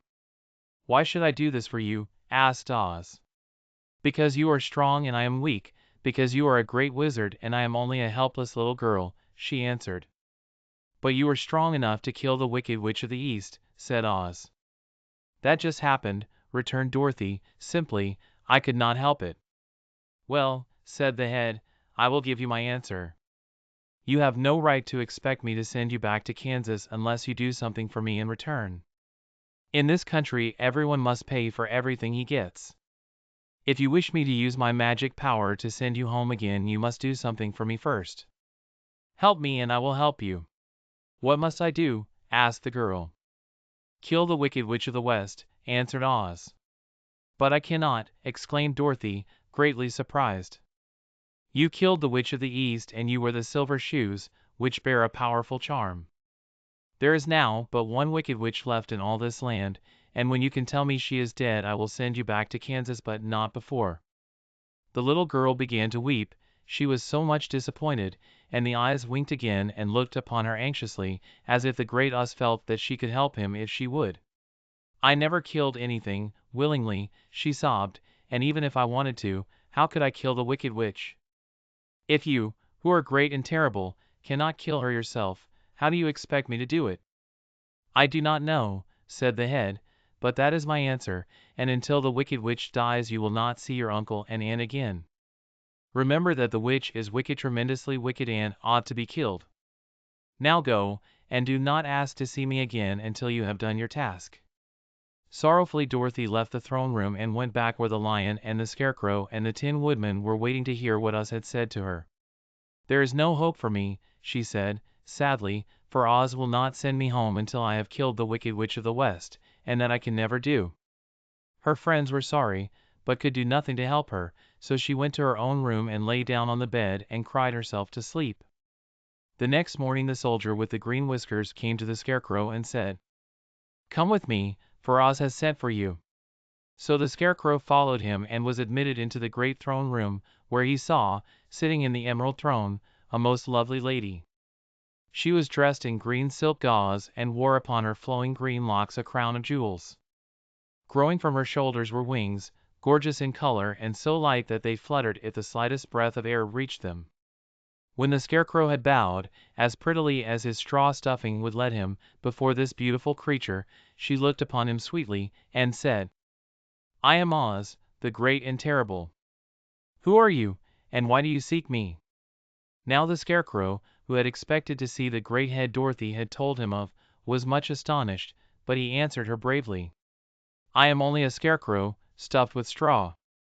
Therefore I have no brains, and I come to you praying that you will put brains in my head instead of straw, so that I may become as much a man as any other in your dominions. Why should I do this for you? Asked the lady.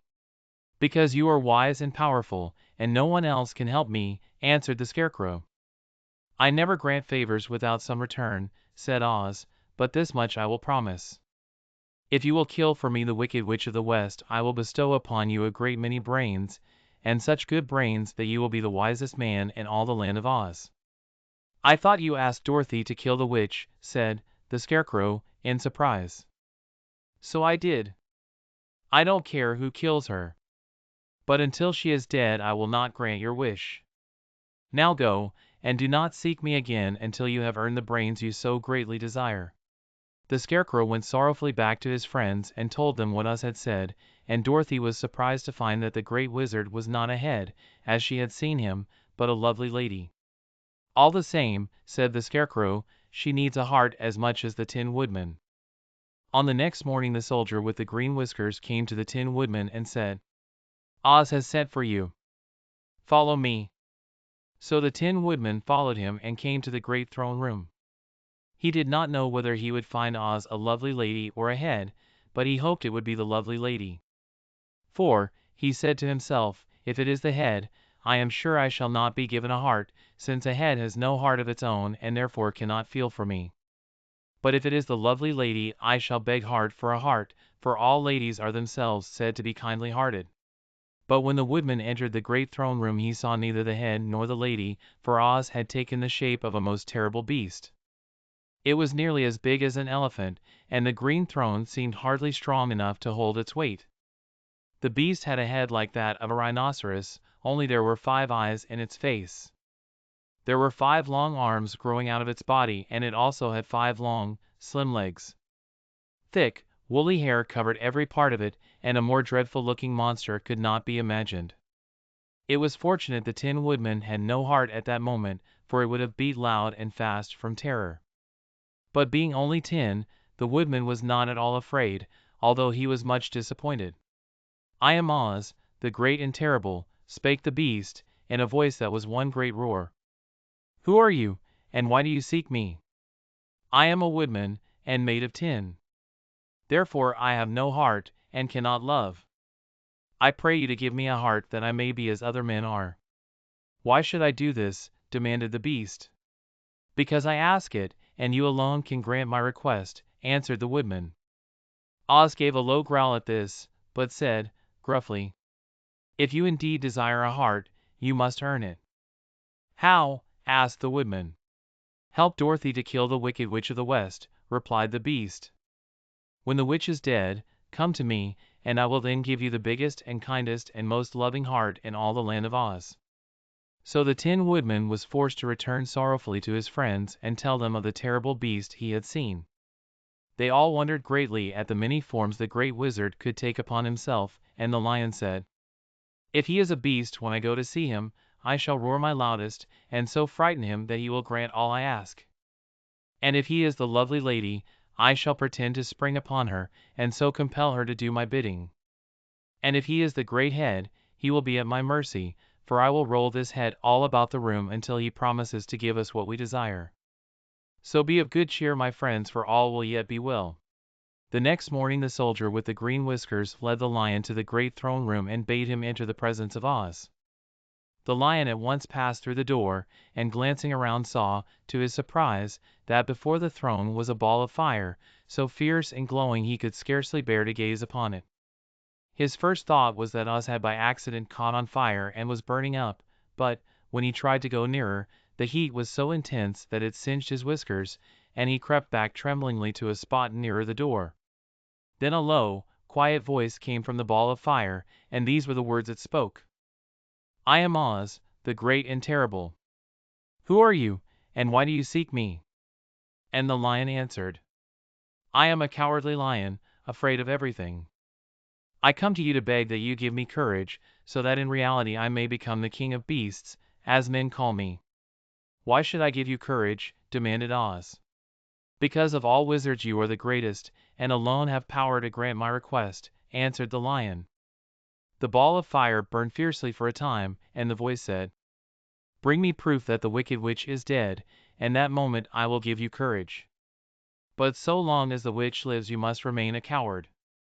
The Lion was angry at this speech, but could say nothing in reply, and while he stood silently gazing at the ball of fire it became so furiously hot that he turned tail and rushed from the room.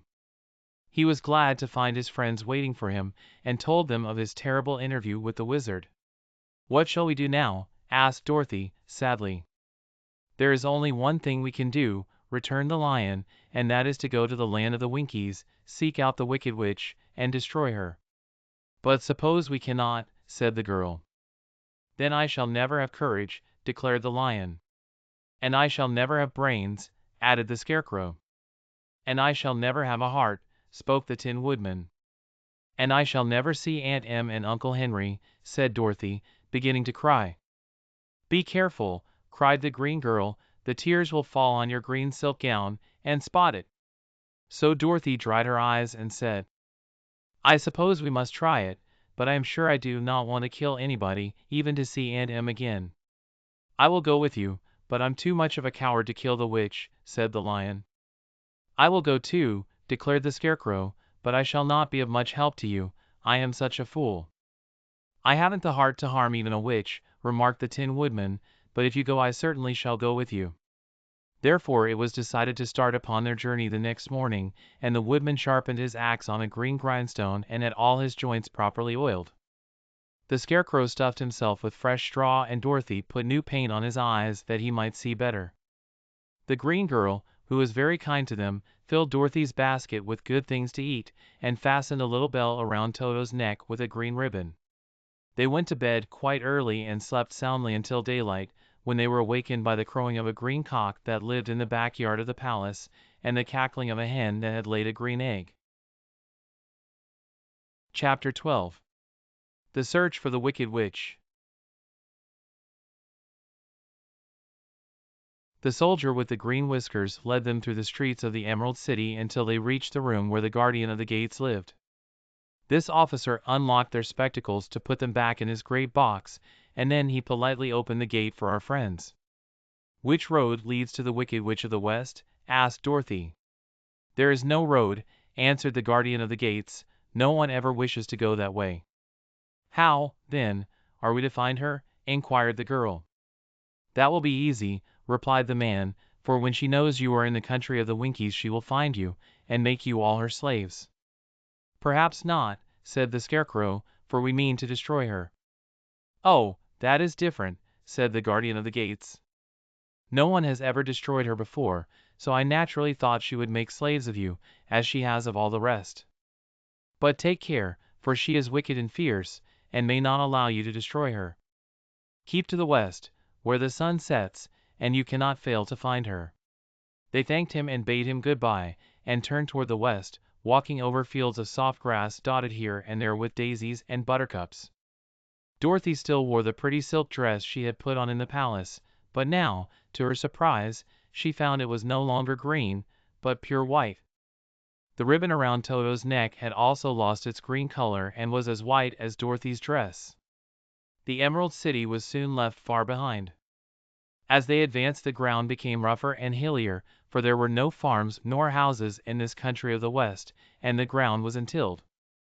In the afternoon the sun shone hot in their faces, for there were no trees to offer them shade, so that before night Dorothy and Toto and the lion were tired, and lay down upon the grass and fell asleep, with the woodman and the Scarecrow keeping watch.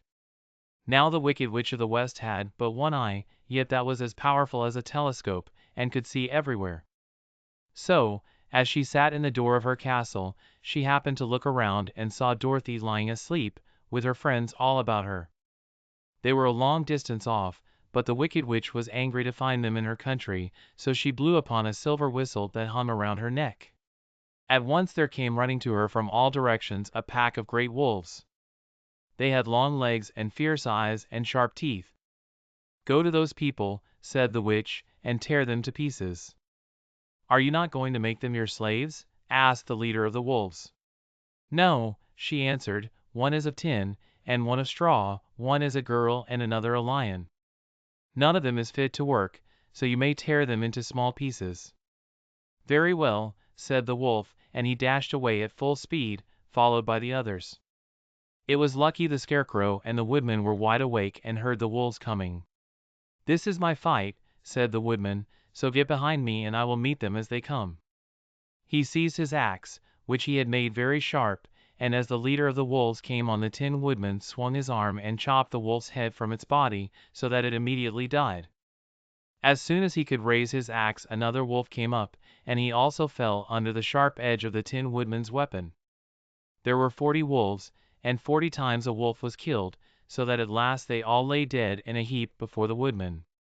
Then he put down his axe and sat beside the Scarecrow, who said, "It was a good fight, friend."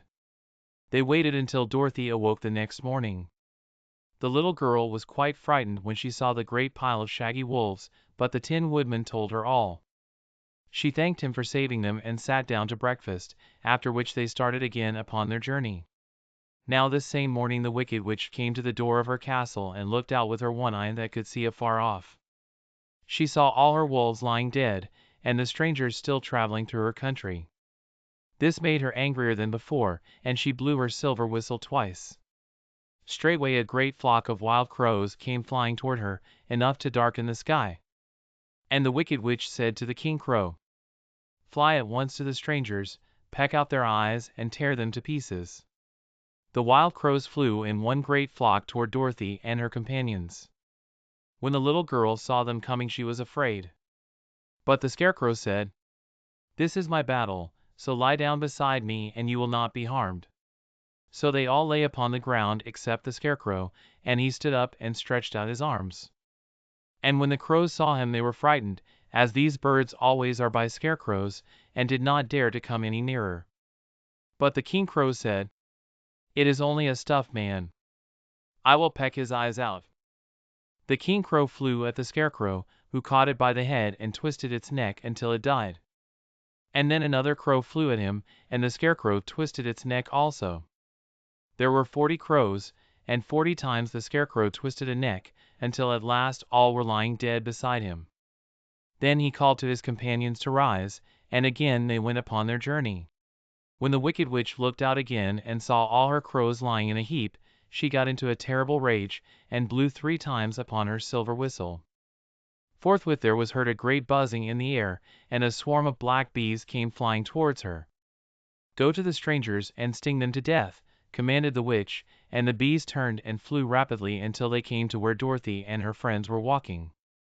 But the woodman had seen them coming, and the Scarecrow had decided what to do.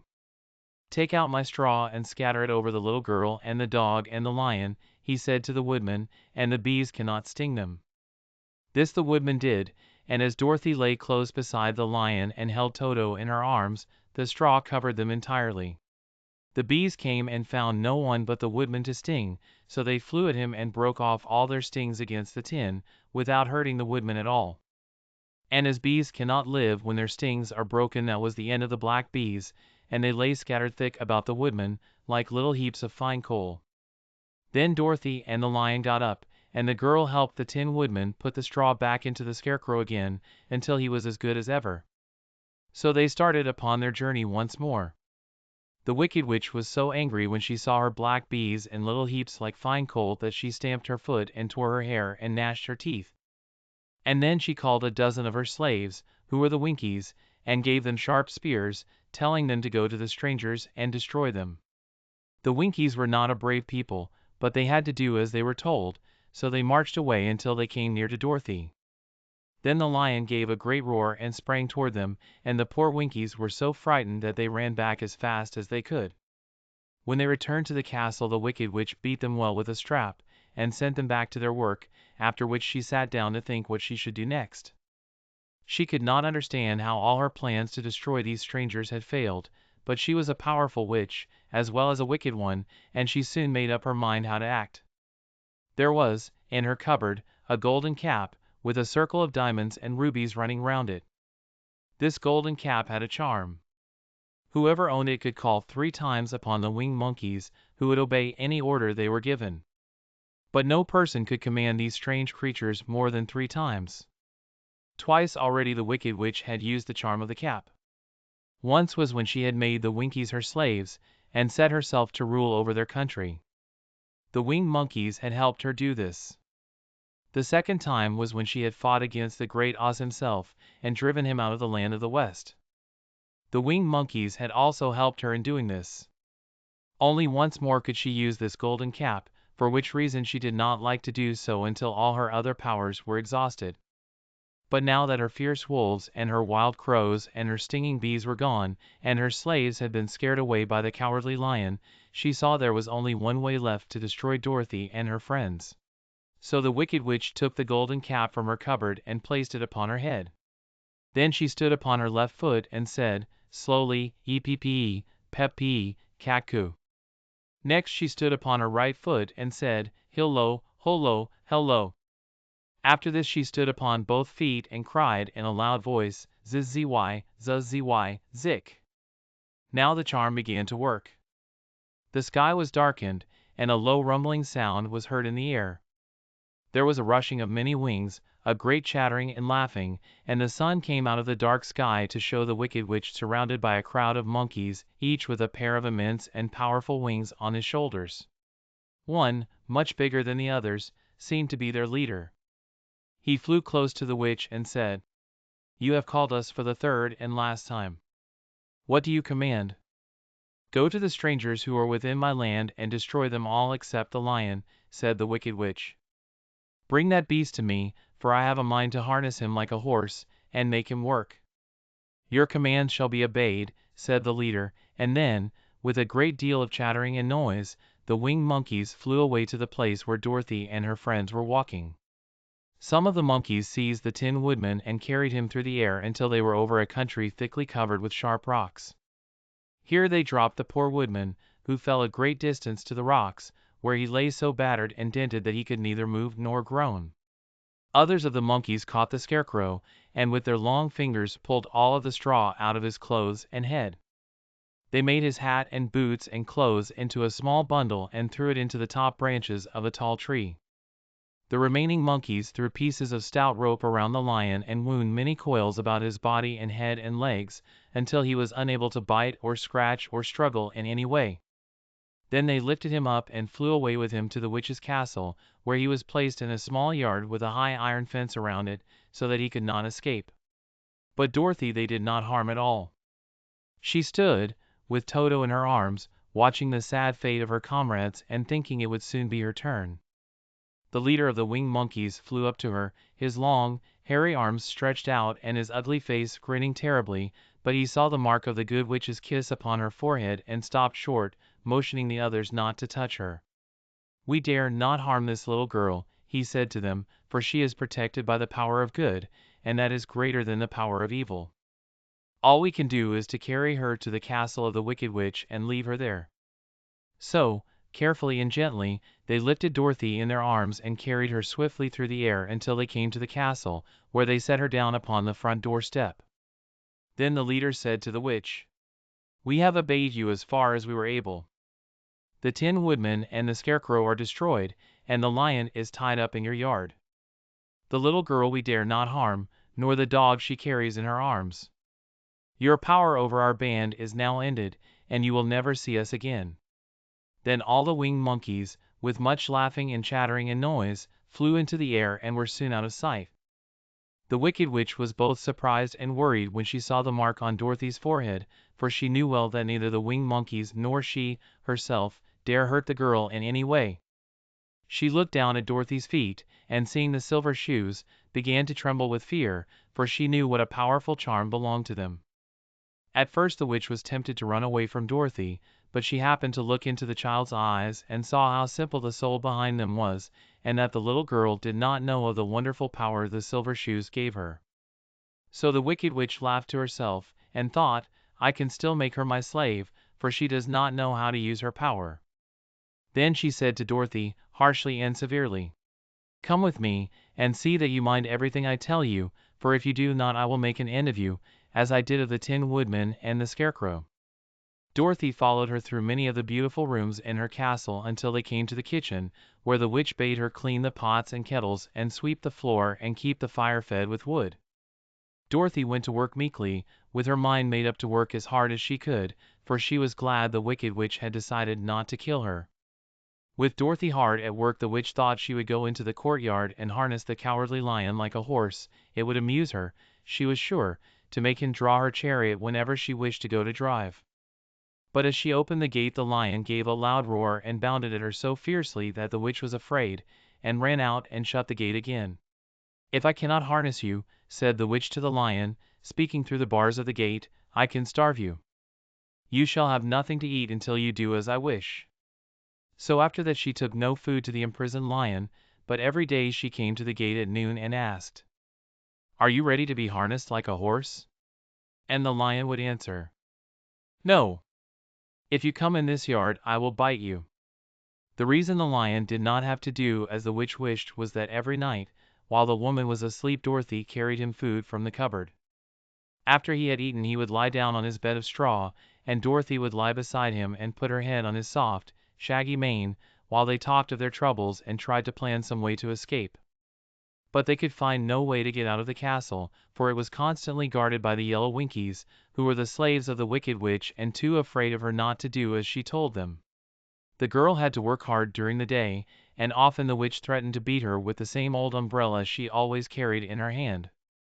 But, in truth, she did not dare to strike Dorothy, because of the mark upon her forehead. The child did not know this, and was full of fear for herself and Toto. Once the witch struck Toto a blow with her umbrella and the brave little dog flew at her and bit her leg in return. The witch did not bleed where she was bitten, for she was so wicked that the blood in her had dried up many years before. Dorothy's life became very sad as she grew to understand that it would be harder than ever to get back to Kansas and Aunt Em again. Sometimes she would cry bitterly for hours, with Toto sitting at her feet and looking into her face, whining dismally to show how sorry he was for his little mistress. Toto did not really care whether he was in Kansas or the land of Oz so long as Dorothy was with him, but he knew the little girl was unhappy, and that made him unhappy too. Now the Wicked Witch had a great longing to have for her own the silver shoes which the girl always wore. Her bees and her crows and her wolves were lying in heaps and drying up, and she had used up all the power of the golden cap, but if she could only get hold of the silver shoes they would give her more power than all the other things she had lost. She watched Dorothy carefully, to see if she ever took off her shoes, thinking she might steal them. But the child was so proud of her pretty shoes that she never took them off except at night and when she took her bath. The witch was too much afraid of the dark to dare go in Dorothy's room at night to take the shoes, and her dread of water was greater than her fear of the dark, so she never came near when Dorothy was bathing. Indeed, the old witch never touched water, nor ever let water touch her in any way. But the wicked creature was very cunning, and she finally thought of a trick that would give her what she wanted. She placed a bar of iron in the middle of the kitchen floor, and then by her magic arts made the iron invisible to human eyes. So that when Dorothy walked across the floor she stumbled over the bar, not being able to see it, and fell at full length. She was not much hurt, but in her fall one of the silver shoes came off, and before she could reach it the witch had snatched it away and put it on her own skinny foot. The wicked woman was greatly pleased with the success of her trick, for as long as she had one of the shoes she owned half the power of their charm, and Dorothy could not use it against her, even had she known how to do so. The little girl, seeing she had lost one of her pretty shoes, grew angry, and said to the witch, "Give me back my shoe." "I will not," retorted the witch, "for it is now my shoe, and not yours." "You are a wicked creature," cried Dorothy. "You have no right to take my shoe from me." "I shall keep it, just the same," said the witch, laughing at her, "and some day I shall get the other one from you, too." This made Dorothy so very angry that she picked up the bucket of water that stood near and dashed it over the witch, wetting her from head to foot. Instantly the wicked woman gave a loud cry of fear, and then, as Dorothy looked at her in wonder, the witch began to shrink and fall away. "See what you have done," she screamed. "In a minute I shall melt away." "I'm very sorry, indeed," said Dorothy, who was truly frightened to see the witch actually melting away like brown sugar before her very eyes. "Didn't you know water would be the end of me?" asked the witch, in a wailing, despairing voice. "Of course not," answered Dorothy. "How should I?" "Well, in a few minutes I shall be all melted, and you will have the castle to yourself. I have been wicked in my day, but I never thought a little girl like you would ever be able to melt me and end my wicked deeds. Look out, here I go!" With these words the witch fell down in a brown, melted, shapeless mass and began to spread over the clean boards of the kitchen floor. Seeing that she had really melted away to nothing, Dorothy drew another bucket of water and threw it over the mess. She then swept it all out the door. After picking out the silver shoe, which was all that was left of the old woman, she cleaned and dried it with a cloth, and put it on her foot again. Then, being at last free to do as she chose, she ran out to the courtyard to tell the lion that the Wicked Witch of the West had come to an end, and that they were no longer prisoners in a strange land. Chapter 13. The Rescue. The Cowardly Lion was much pleased to hear that the Wicked Witch had been melted by a bucket of water, and Dorothy at once unlocked the gate of his prison and set him free. They went in together to the castle, where Dorothy's first act was to call all the Winkies together and tell them that they were no longer slaves. There was great rejoicing among the yellow Winkies, for they had been made to work hard during many years for the Wicked Witch, who had always treated them with great cruelty. They kept this day as a holiday, then and ever after, and spent the time in feasting and dancing. "If our friends, the Scarecrow and the Tin Woodman, were only with us," said the Lion, "I should be quite happy." "Don't you suppose we could rescue them?" asked the girl, anxiously. "We can try," answered the Lion. So they called the yellow Winkies and asked them if they would help to rescue their friends, and the Winkies said that they would be delighted to do all in their power for Dorothy, who had set them free from bondage. So she chose a number of the Winkies who looked as if they knew the most, and they all started away. They traveled that day and part of the next until they came to the rocky plain where the Tin Woodman lay, all battered and bent. His axe was near him, but the blade was rusted and the handle broken off short. The Winkies lifted him tenderly in their arms, and carried him back to the yellow castle again, Dorothy shedding a few tears by the way at the sad plight of her old friend, and the lion looking sober and sorry. When they reached the castle, Dorothy said to the Winkies, "Are any of your people tinsmiths?" "Oh, yes, some of us are very good tinsmiths," they told her. "Then bring them to me," she said. And when the tinsmiths came, bringing with them all their tools and baskets, she inquired, "Can you straighten out those dents in the Tin Woodman, and bend him back into shape again, and solder him together where he is broken?" The tinsmiths looked the woodman over carefully and then answered that they thought they could mend him so he would be as good as ever. So they set to work in one of the big yellow rooms of the castle and worked for 3 days and 4 nights, hammering and twisting and bending and soldering and polishing and pounding at the legs and body and head of the Tin Woodman, until at last he was straightened out into his old form, and his joints worked as well as ever. To be sure, there were several patches on him, but the tinsmiths did a good job, and as the woodman was not a vain man he did not mind the patches at all. When, at last, he walked into Dorothy's room and thanked her for rescuing him, he was so pleased that he wept tears of joy, and Dorothy had to wipe every tear carefully from his face with her apron, so his joints would not be rusted. At the same time her own tears fell thick and fast at the joy of meeting her old friend again, and these tears did not need to be wiped away. As for the lion, he wiped his eyes so often with the tip of his tail that it became quite wet, and he was obliged to go out into the courtyard and hold it in the sun till it dried. "If we only had the Scarecrow with us again," said the Tin Woodman, when Dorothy had finished telling him everything that had happened, "I should be quite happy." "We must try to find him," said the girl.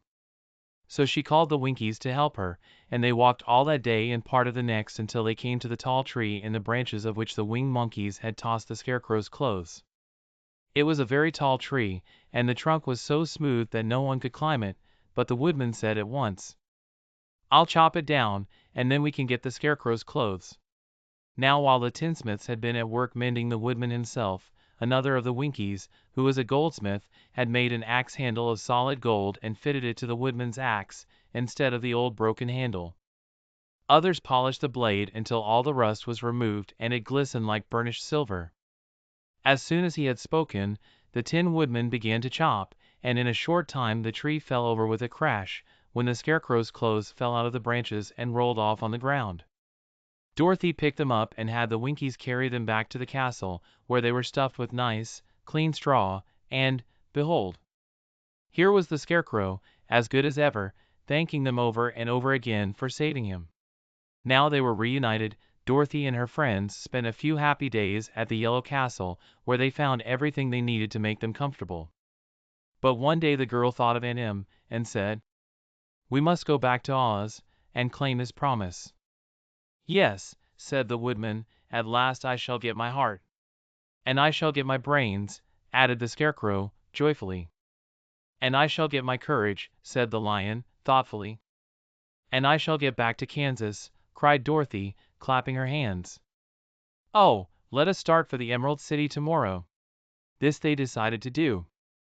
The next day they called the Winkies together and bade them good-bye. The Winkies were sorry to have them go, and they had grown so fond of the Tin Woodman that they begged him to stay and rule over them and the Yellow Land of the West. Finding they were determined to go, the Winkies gave Toto and the Lion each a golden collar, and to Dorothy they presented a beautiful bracelet, studded with diamonds, and to the Scarecrow they gave a gold-headed walking stick, to keep him from stumbling, and to the Tin Woodman they offered a silver oil can, inlaid with gold and set with precious jewels. Every one of the travelers made the Winkies a pretty speech in return, and all shook hands with them until their arms ached. Dorothy went to the witch's cupboard to fill her basket with food for the journey, and there she saw the golden cap. She tried it on her own head and found that it fitted her exactly. She did not know anything about the charm of the golden cap, but she saw that it was pretty, so she made up her mind to wear it and carry her sunbonnet in the basket. Then, being prepared for the journey, they all started for the Emerald City, and the Winkies gave them 3 cheers and many good wishes to carry with them. Chapter 14. The Winged Monkeys. You will remember there was no road, not even a pathway, between the castle of the Wicked Witch and the Emerald City. When the 4 travelers went in search of the witch, she had seen them coming, and so sent the winged monkeys to bring them to her. It was much harder to find their way back through the big fields of buttercups and yellow daisies than it was being carried. They knew, of course, they must go straight east, toward the rising sun, and they started off in the right way. But at noon, when the sun was over their heads, they did not know which was east and which was west, and that was the reason they were lost in the great fields. They kept on walking, however, and at night the moon came out and shone brightly. So they lay down among the sweet-smelling yellow flowers and slept soundly until morning, all but the Scarecrow and the Tin Woodman. The next morning the sun was behind a cloud, but they started on, as if they were quite sure which way they were going. "If we walk far enough," said Dorothy, "we shall sometime come to some place, I am sure." But day by day passed away, and they still saw nothing before them but the yellow fields. The Scarecrow began to grumble a bit. "We have surely lost our way," he said, "and unless we find it again in time to reach the Emerald City, I shall never get my brains." "Nor I my heart," declared the Tin Woodman. "It seems to me I can scarcely wait till I get to Oz, and you must admit this is a very long journey." "You see," said the Cowardly Lion, with a whimper, "I haven't the courage to keep tramping forever, without getting anywhere at all." Then Dorothy lost heart. She sat down on the grass and looked at her companions, and they sat down and looked at her, and Toto found that for the first time in his life he was too tired to chase a butterfly that flew past his head, so he put out his tongue and panted and looked at Dorothy as if to ask what they should do next. "Suppose we call the field mice," she suggested. "They could probably tell us the way to the Emerald City." "To be sure they could," cried the Scarecrow. "Why didn't we think of that before?" Dorothy blew the little whistle she had always carried about her neck since the Queen of the Mice had given it to her. In a few minutes they heard the pattering of tiny feet, and many of the small gray mice came running up to her. Among them was the Queen herself, who asked, in her squeaky little voice, "What can I do for my friends?" "We have lost our way," said Dorothy. "Can you tell us where the Emerald City is?" "Certainly," answered the Queen, "but it is a great way off, for you have had it at your backs all this time." Then she noticed Dorothy's golden cap, and said, "Why don't you use the charm of the cap, and call the winged monkeys to you? They will carry you to the City of Oz in less than an hour." "I didn't know there was a charm," answered Dorothy, in surprise. "What is it?"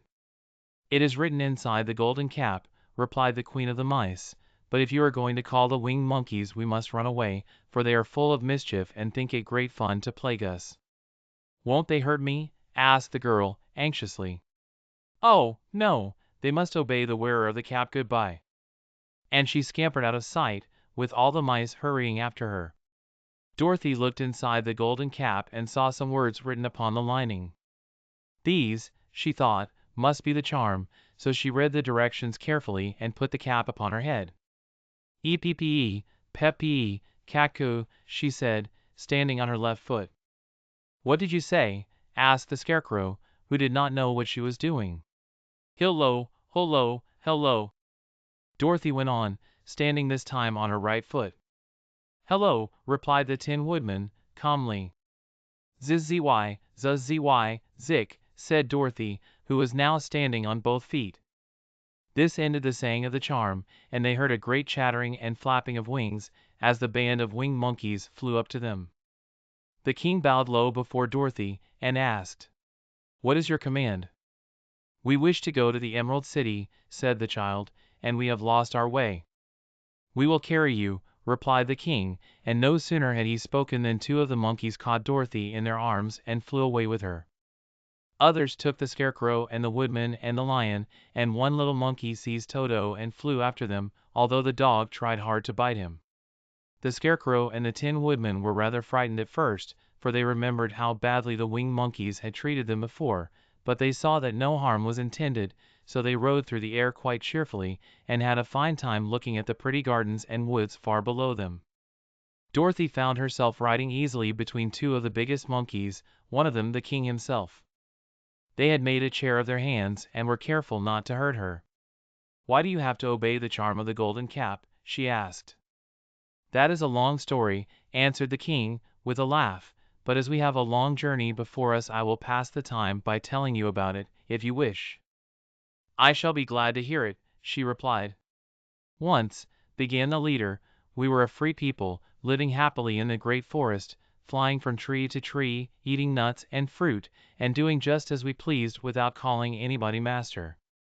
Perhaps some of us were rather too full of mischief at times, flying down to pull the tails of the animals that had no wings, chasing birds, and throwing nuts at the people who walked in the forest. But we were careless and happy and full of fun, and enjoyed every minute of the day. This was many years ago, long before Oz came out of the clouds to rule over this land. There lived here then, away at the north, a beautiful princess, who was also a powerful sorceress. All her magic was used to help the people, and she was never known to hurt anyone who was good.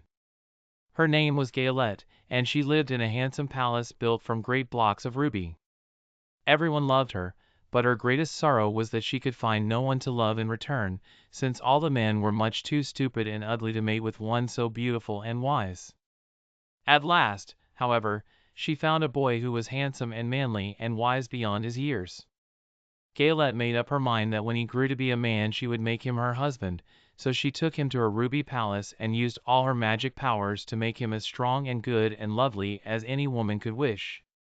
When he grew to manhood, Quilala, as he was called, was said to be the best and wisest man in all the land, while his manly beauty was so great that Gayelette loved him dearly, and hastened to make everything ready for the wedding.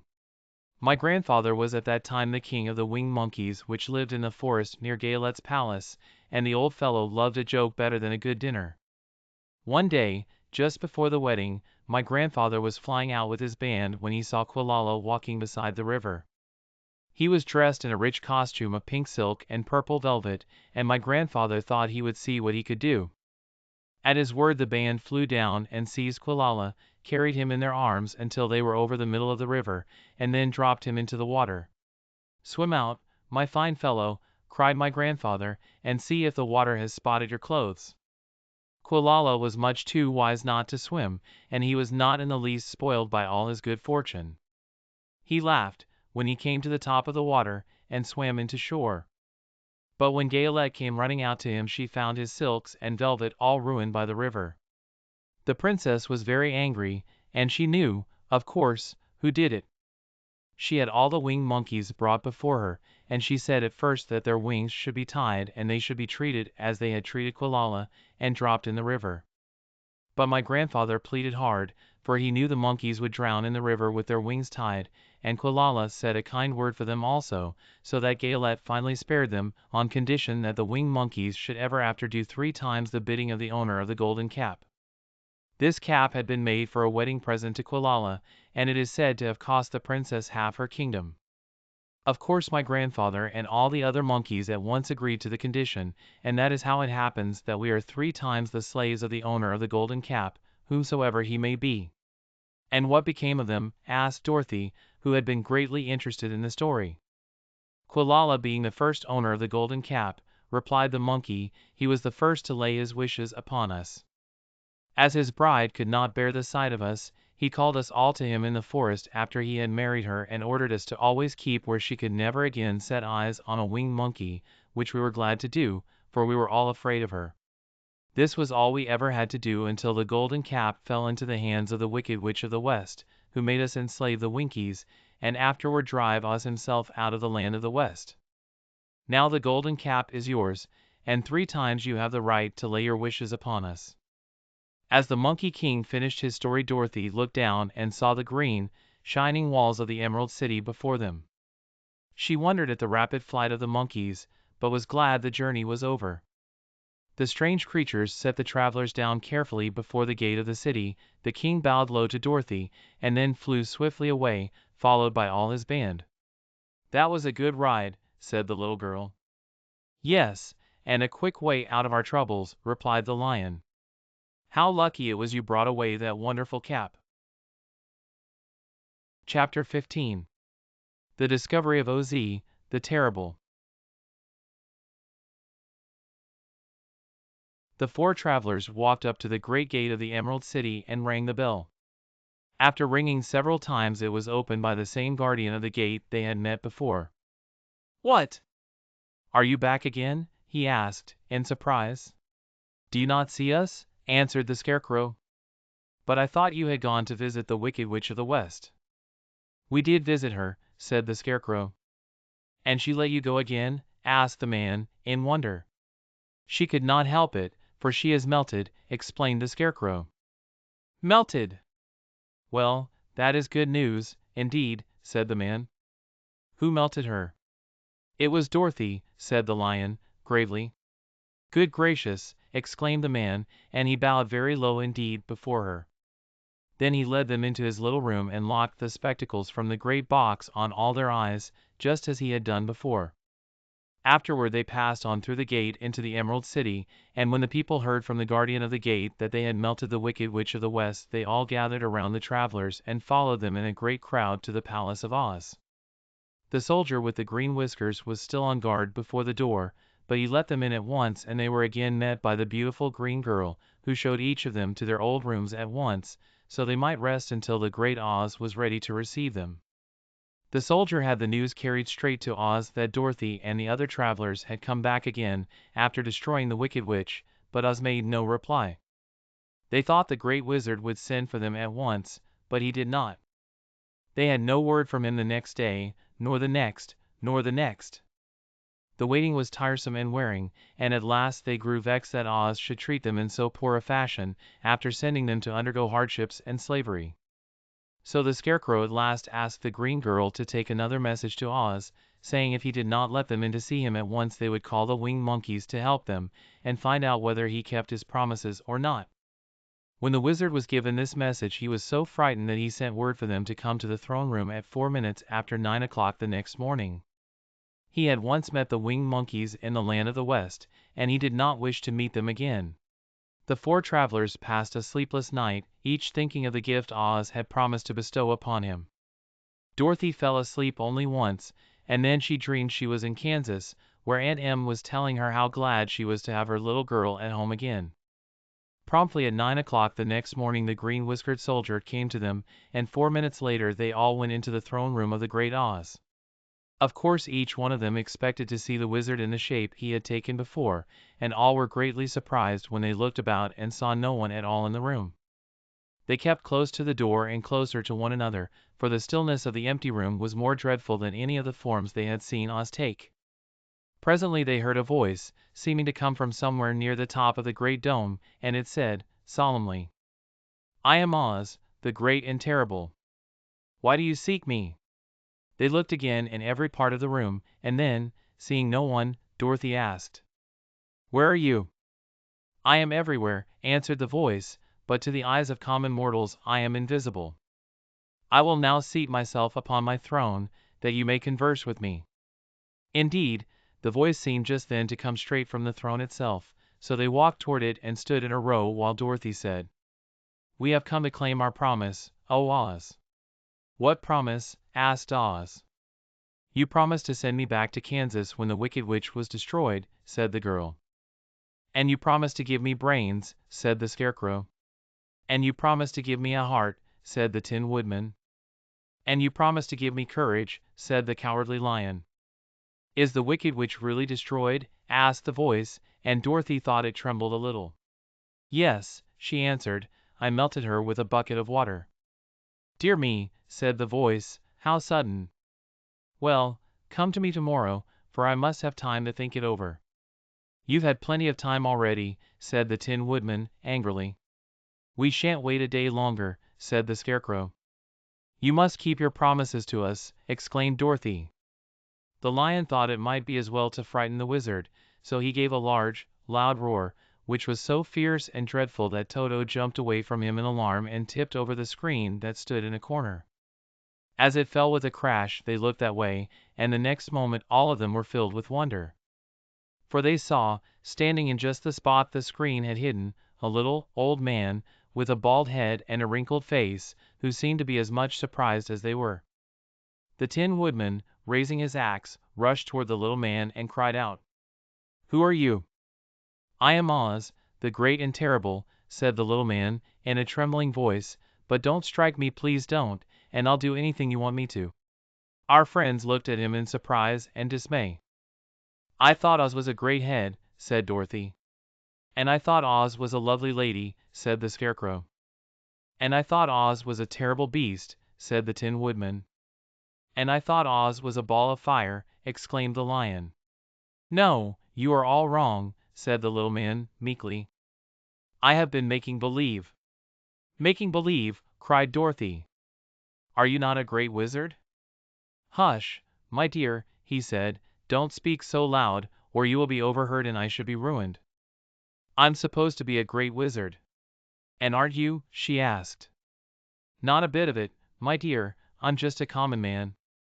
"You're more than that," said the Scarecrow, in a grieved tone, "you're a humbug." "Exactly so," declared the little man, rubbing his hands together as if it pleased him, "I am a humbug." "But this is terrible," said the Tin Woodman, "how shall I ever get my heart?" "Or I my courage?" asked the Lion. "Or I my brains?" wailed the Scarecrow, wiping the tears from his eyes with his coat sleeve. "My dear friends," said Oz, "I pray you not to speak of these little things. Think of me, and the terrible trouble I'm in at being found out." "Doesn't anyone else know you're a humbug?" asked Dorothy. "No one knows it but you four and myself," replied Oz. "I have fooled everyone so long that I thought I should never be found out. It was a great mistake my ever letting you into the throne room. Usually I will not see even my subjects, and so they believe I am something terrible."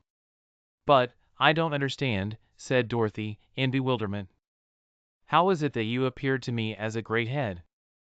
"That was one of my tricks," answered Oz. "Step this way, please, and I will tell you all about it." He led the way to a small chamber in the rear of the throne room, and they all followed him. He pointed to one corner, in which lay the great head, made out of many thicknesses of paper, and with a carefully painted face. "This I hung from the ceiling by a wire," said Oz. "I stood behind the screen and pulled a thread, to make the eyes move and the mouth open." "But how about the voice?" she inquired. "Oh, I am a ventriloquist," said the little man, "and I can throw the sound of my voice wherever I wish, so that you thought it was coming out of the head. Here are the other things I used to deceive you." He showed the Scarecrow the dress and the mask he had worn when he seemed to be the lovely lady, and the Tin Woodman saw that his terrible beast was nothing but a lot of skins, sewn together, with slats to keep their sides out. As for the ball of fire, the false wizard had hung that also from the ceiling. It was really a ball of cotton, but when oil was poured upon it the ball burned fiercely. "Really," said the Scarecrow, "you ought to be ashamed of yourself for being such a humbug." I certainly am," answered the little man, sorrowfully, "but it was the only thing I could do." "Sit down, please, there are plenty of chairs, and I will tell you my story." So they sat down and listened while he told the following tale. "I was born in Omaha." "Why, that isn't very far from Kansas," cried Dorothy. "No, but it's farther from here," he said, shaking his head at her, sadly. "When I grew up I became a ventriloquist, and at that I was very well trained by a great master. I can imitate any kind of a bird or beast." Here he mewed so like a kitten that Toto pricked up his ears and looked everywhere to see where she was. "After a time," continued Oz, "I tired of that, and became a balloonist." "What is that?" asked Dorothy. "A man who goes up in a balloon on circus day, so as to draw a crowd of people together and get them to pay to see the circus," he explained. "Oh," she said, "I know. Well, one day I went up in a balloon and the ropes got twisted, so that I couldn't come down again. It went way up above the clouds, so far that a current of air struck it and carried it many, many miles away. For a day and a night I traveled through the air, and on the morning of the second day I awoke and found the balloon floating over a strange and beautiful country. It came down gradually, and I was not hurt a bit. But I found myself in the midst of a strange people, who, seeing me come from the clouds, thought I was a great wizard. Of course I let them think so, because they were afraid of me, and promised to do anything I wished them to. Just to amuse myself, and keep the good people busy, I ordered them to build this city, and my palace, and they did it all willingly and well. Then I thought, as the country was so green and beautiful, I would call it the Emerald City, and to make the name fit better I put green spectacles on all the people, so that everything they saw was green." "But isn't everything here green?" asked Dorothy. No more than in any other city, replied Oz, but when you wear green spectacles, why of course everything you see looks green to you. The Emerald City was built a great many years ago, for I was a young man when the balloon brought me here, and I am a very old man now. But my people have worn green glasses on their eyes so long that most of them think it really is an Emerald City, and it certainly is a beautiful place, abounding in jewels and precious metals, and every good thing that is needed to make one happy. I have been good to the people, and they like me, but ever since this palace was built I have shut myself up and would not see any of them. One of my greatest fears was the witches, for while I had no magical powers at all I soon found out that the witches were really able to do wonderful things. There were 4 of them in this country, and they ruled the people who live in the north and south and east and west. Fortunately, the witches of the north and south were good, and I knew they would do me no harm, but the witches of the east and west were terribly wicked, and had they not thought I was more powerful than they themselves, they would surely have destroyed me. As it was, I lived in deadly fear of them for many years, so you can imagine how pleased I was when I heard your house had fallen on the wicked witch of the east. When you came to me I was willing to promise anything if you would only do away with the other witch, but, now that you have melted her, I am ashamed to say that I cannot keep my promises. I think you are a very bad man, said Dorothy. Oh, no, my dear, I'm really a very good man, but I'm a very bad wizard, I must admit. Can't you give me brains? Asked the Scarecrow. You don't need them. You are learning something every day. A baby has brains, but it doesn't know much. Experience is the only thing that brings knowledge, and the longer you are on Earth the more experience you are sure to get. That may all be true, said the Scarecrow, but I shall be very unhappy unless you give me brains. The false wizard looked at him carefully. Well, he said, with a sigh, I'm not much of a magician, as I said, but if you will come to me tomorrow morning, I will stuff your head with brains. I cannot tell you how to use them, however, you must find that out for yourself. Oh, thank you, cried the Scarecrow. I'll find a way to use them, never fear. But how about my courage? Asked the Lion, anxiously. You have plenty of courage, I am sure, answered Oz. All you need is confidence in yourself. There is no living thing that is not afraid when it faces danger. True courage is in facing danger when you are afraid, and that kind of courage you have in plenty. Perhaps I have, but I'm scared just the same, said the Lion. I shall really be very unhappy unless you give me the sort of courage that makes one forget he is afraid. Very well, I will give you that sort of courage tomorrow, replied Oz. How about my heart? Asked the Tin Woodman. Why, as for that, answered Oz, I think you are wrong to want a heart. It makes most people unhappy. If you only knew it, you are in luck not to have a heart. That must be a matter of opinion, said the Tin Woodman. For my part, I will bear all the unhappiness without a murmur, if you will give me the heart. Very well, answered Oz, meekly. Come to me tomorrow and you shall have a heart. I have played wizard for so many years that I may as well continue the part a little longer. And now, said Dorothy, how am I to get back to Kansas? We shall have to think about that, replied the little man. Give me 2 or 3 days to consider the matter and I'll try to find a way to carry you over the desert. In the meantime you shall all be treated as my guests, and while you live in the palace my people will wait upon you and obey your slightest wish. There is only one thing I ask in return for my help such as it is. You must keep my secret and tell no one I am a humbug. They agreed to say nothing of what they had learned, and went back to their rooms in high spirits. Even Dorothy had hoped that the great and terrible humbug, as she called him, would find a way to send her back to Kansas, and if he did that she was willing to forgive him everything. Chapter 16. The Magic Art of the Great Humbug. Next morning the Scarecrow said to his friends, Congratulate me. I am going to Oz to get my brains at last. When I return I shall be as other men are.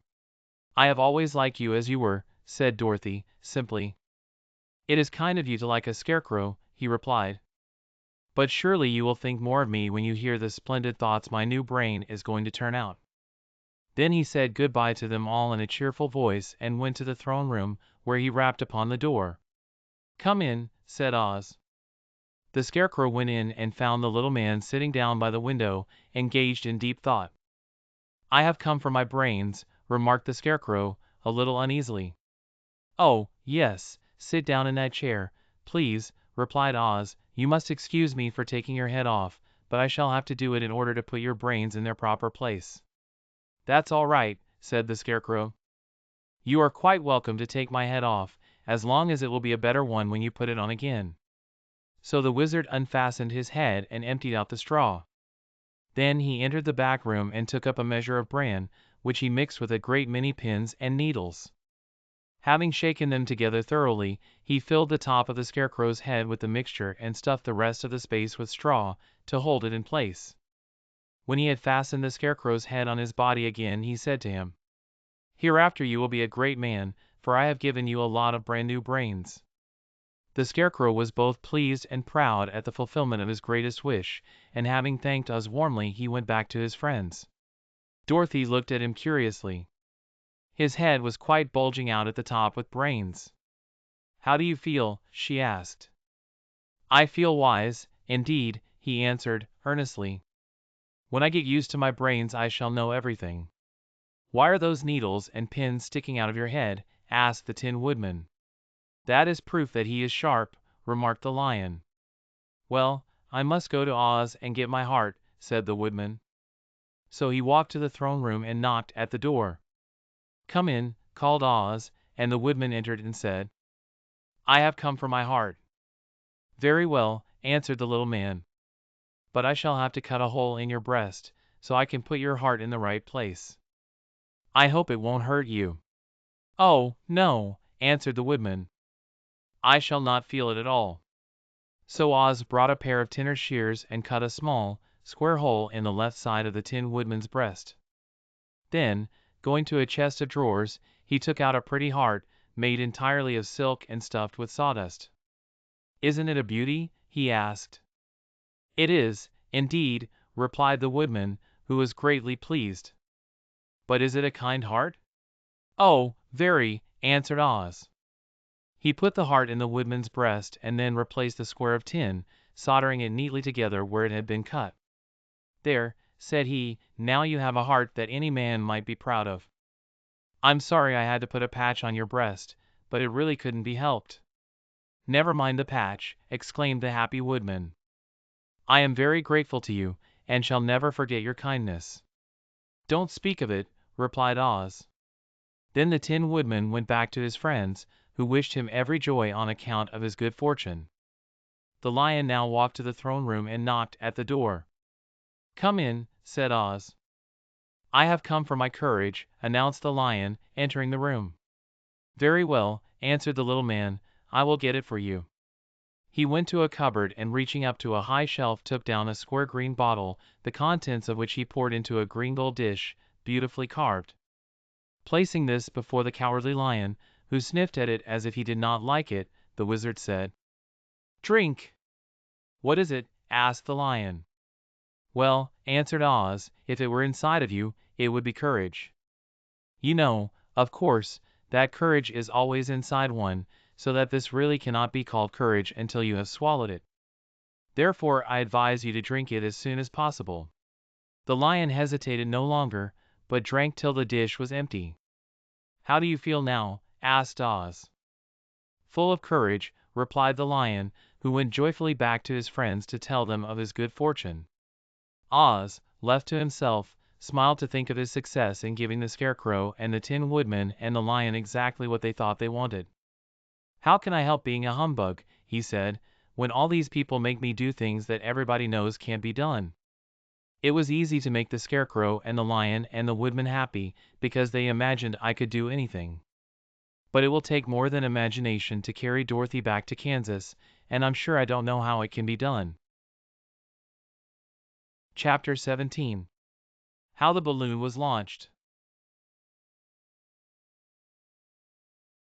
For 3 days Dorothy heard nothing from Oz. These were sad days for the little girl, although her friends were all quite happy and contented. The Scarecrow told them there were wonderful thoughts in his head, but he would not say what they were because he knew no one could understand them but himself. When the Tin Woodman walked about he felt his heart rattling around in his breast, and he told Dorothy he had discovered it to be a kinder and more tender heart than the one he had owned when he was made of flesh. The Lion declared he was afraid of nothing on earth, and would gladly face an army of men or a dozen of the fierce Kalidas.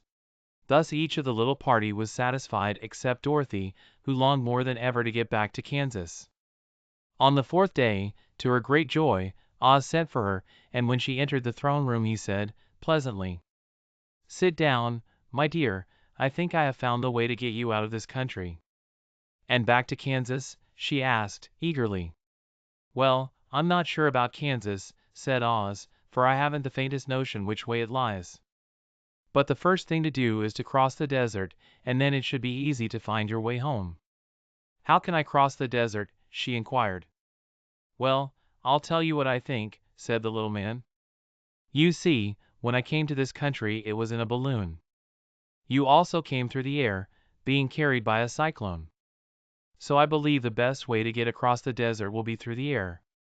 Now, it is quite beyond my powers to make a cyclone, but I've been thinking the matter over, and I believe I can make a balloon." "How?" asked Dorothy. "A balloon," said Oz, "is made of silk, which is coated with glue to keep the gas in it. I have plenty of silk in the palace, so it will be no trouble for us to make the balloon. But in all this country there is no gas to fill the balloon with, to make it float." "If it won't float," remarked Dorothy, "it will be of no use to us." "True," answered Oz, "but there's another way to make it float, which is to fill it with hot air. Hot air isn't as good as gas, for if the air should get cold the balloon would come down in the desert, and we should be lost." "We!" exclaimed the girl. "Are you going with me?" "Yes, of course," replied Oz. "I am tired of being such a humbug. If I should go out of this palace my people would soon discover I am not a wizard, and then they would be vexed with me for having deceived them. So I have to stay shut up in these rooms all day, and it gets tiresome. I'd much rather go back to Kansas with you and be in a circus again." "I shall be glad to have your company," said Dorothy. "Thank you," he answered. "Now, if you will help me sew the silk together, we will begin to work on our balloon." So Dorothy took a needle and thread, and as fast as Oz cut the strips of silk into proper shape the girl sewed them neatly together. First there was a strip of light green silk, then a strip of dark green and then a strip of emerald green, for Oz had a fancy to make the balloon in different shades of the color about them. It took 3 days to sew all the strips together, but when it was finished they had a big bag of green silk more than 20 feet long. Then Oz painted it on the inside with a coat of thin glue, to make it airtight, after which he announced that the balloon was ready. "But we must have a basket to ride in," he said. So he sent the soldier with the green whiskers for a big clothes basket, which he fastened with many ropes to the bottom of the balloon. When it was all ready, Oz sent word to his people that he was going to make a visit to a great brother wizard who lived in the clouds. The news spread rapidly throughout the city and everyone came to see the wonderful sight. Oz ordered the balloon carried out in front of the palace, and the people gazed upon it with much curiosity. The Tin Woodman had chopped a big pile of wood, and now he made a fire of it, and Oz held the bottom of the balloon over the fire so that the hot air that arose from it would be caught in the silken bag. Gradually the balloon swelled out and rose into the air, until finally the basket just touched the ground. Then Oz got into the basket and said to all the people in a loud voice, "I am now going away to make a visit. While I am gone the Scarecrow will rule over you. I command you to obey him as you would me." The balloon was by this time tugging hard at the rope that held it to the ground, for the air within it was hot, and this made it so much lighter in weight than the air without that it pulled hard to rise into the sky. "Come, Dorothy," cried the wizard, "hurry up, or the balloon will fly away." "I can't find Toto anywhere," replied Dorothy, who did not wish to leave her little dog behind. Toto had run into the crowd to bark at a kitten, and Dorothy at last found him. She picked him up and ran toward the balloon. She was within a few steps of it, and Oz was holding out his hands to help her into the basket, when, crack, went the ropes, and the balloon rose into the air without her. "Come back," she screamed. "I want to go, too." "I can't come back, my dear," called Oz from the basket. "Goodbye." Goodbye, shouted everyone, and all eyes were turned upward to where the wizard was riding in the basket, rising every moment farther and farther into the sky. And that was the last any of them ever saw of Oz, the wonderful wizard, though he may have reached Omaha safely, and be there now, for all we know. But the people remembered him lovingly, and said to one another, Oz was always our friend. When he was here he built for us this beautiful Emerald City, and now he is gone he has left the wise Scarecrow to rule over us. Still, for many days they grieved over the loss of the wonderful wizard, and would not be comforted. Chapter 18. Away to the South. Dorothy wept bitterly at the passing of her hope to get home to Kansas again, but when she thought it all over she was glad she had not gone up in a balloon. And she also felt sorry at losing Oz, and so did her companions. The Tin Woodman came to her and said, Truly I should be ungrateful if I failed to mourn for the man who gave me my lovely heart. I should like to cry a little because Oz is gone, if you will kindly wipe away my tears, so that I shall not rust. With pleasure, she answered, and brought a towel at once. Then the Tin Woodman wept for several minutes, and she watched the tears carefully and wiped them away with the towel. When he had finished he thanked her kindly and oiled himself thoroughly with his jeweled oil can to guard against mishap. The Scarecrow was now the ruler of the Emerald City, and although he was not a wizard the people were proud of him. For, they said, there is not another city in all the world that is ruled by a stuffed man. And, so far as they knew, they were quite right. The morning after the balloon had gone up with Oz the four travelers met in the throne room and talked matters over. The Scarecrow sat in the big throne and the others stood respectfully before him. We are not so unlucky, said the new ruler, for this palace and the Emerald City belong to us, and we can do just as we please. When I remember that a short time ago I was up on a pole in a farmer's cornfield, and that I am now the ruler of this beautiful city, I am quite satisfied with my lot. I also, said the Tin Woodman, am well pleased with my new heart, and, really, that was the only thing I wished in all the world. For my part, I am content in knowing I am as brave as any beast that ever lived, if not braver, said the Lion, modestly. If Dorothy would only be contented to live in the Emerald City, continued the Scarecrow, we might all be happy together. But I don't want to live here, cried Dorothy. I want to go to Kansas, and live with Aunt Em and Uncle Henry. Well, then, what can be done? Inquired the Woodman. The Scarecrow decided to think, and he thought so hard that the pins and needles began to stick out of his brains. Finally he said, Why not call the winged monkeys, and ask them to carry you over the desert? I never thought of that, said Dorothy, joyfully. It's just the thing. I'll go at once for the golden cap. When she brought it into the throne room she spoke the magic words, and soon the band of winged monkeys flew in through an open window and stood beside her. This is the second time you have called us, said the Monkey King, bowing before the little girl. What do you wish? I want you to fly with me to Kansas, said Dorothy. But the Monkey King shook his head. That cannot be done, he said. We belong to this country alone, and cannot leave it. There has never been a winged monkey in Kansas yet, and I suppose there never will be, for they don't belong there. We shall be glad to serve you in any way in our power, but we cannot cross the desert. Goodbye. And with another bow the Monkey King spread his wings and flew away through the window, followed by all his band. Dorothy was almost ready to cry with disappointment. I have wasted the charm of the golden cap to no purpose, she said, for the winged monkeys cannot help me. It is certainly too bad, said the tender-hearted Woodman. The Scarecrow was thinking again, and his head bulged out so horribly that Dorothy feared it would burst. Let us call in the soldier with the green whiskers, he said, and ask his advice. So the soldier was summoned and entered the throne room timidly, for while Oz was alive he never was allowed to come further than the door. This little girl, said the Scarecrow to the soldier, wishes to cross the desert. How can she do so? I cannot tell, answered the soldier, for nobody has ever crossed the desert, unless it is Oz himself. Is there no one who can help me? Asked Dorothy, earnestly. Glinda might, he suggested. Who is Glinda? Inquired the Scarecrow. the Witch of the South. She is the most powerful of all the witches, and rules over the Quadlings.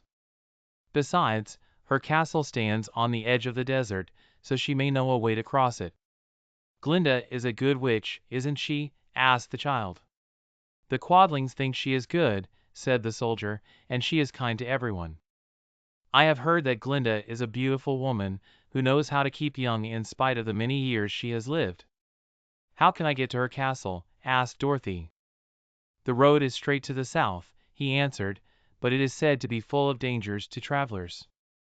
There are wild beasts in the woods, and a race of queer men who do not like strangers to cross their country. For this reason none of the Quadlings ever come to the Emerald City.